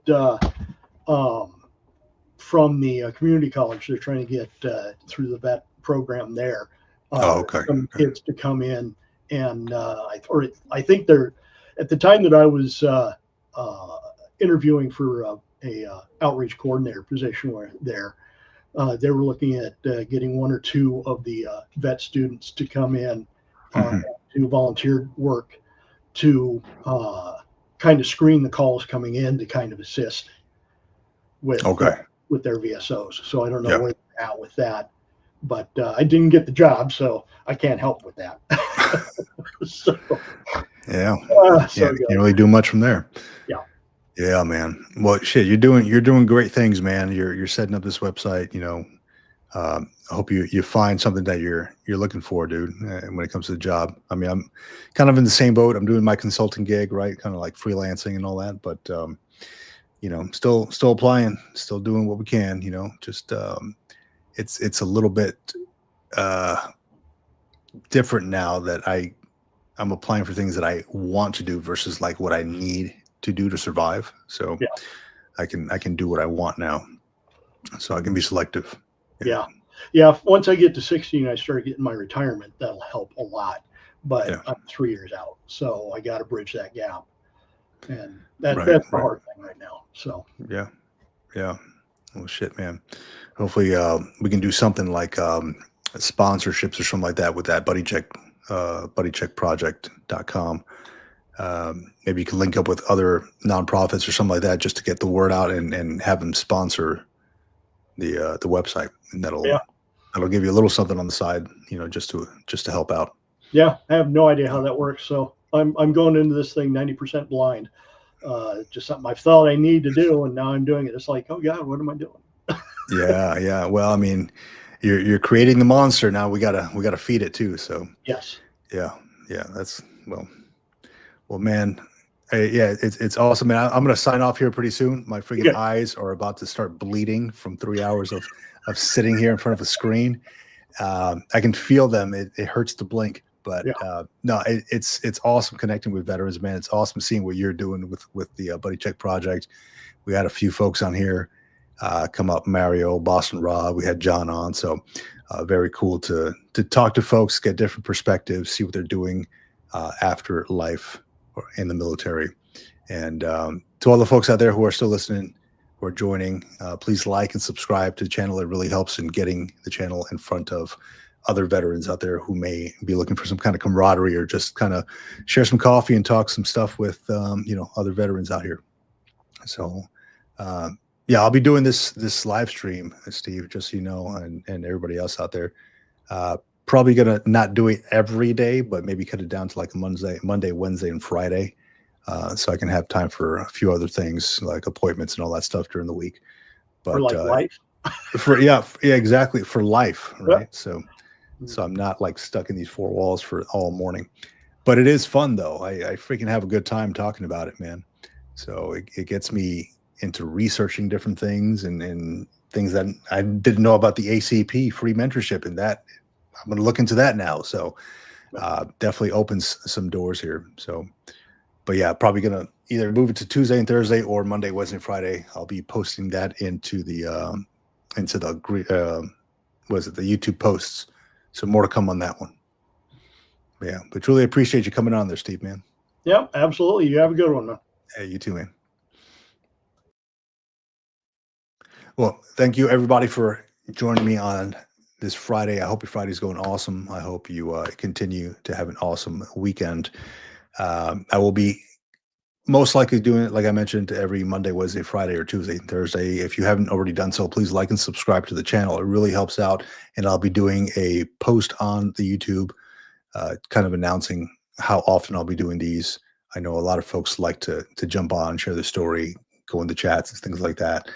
It's awesome to connect with fellow veterans. So with that, I'm going to cut out here. We're going at about 3 hours and 20 minutes and my eyes are starting to bleed. So thank you for joining me on the Green Logbook out here.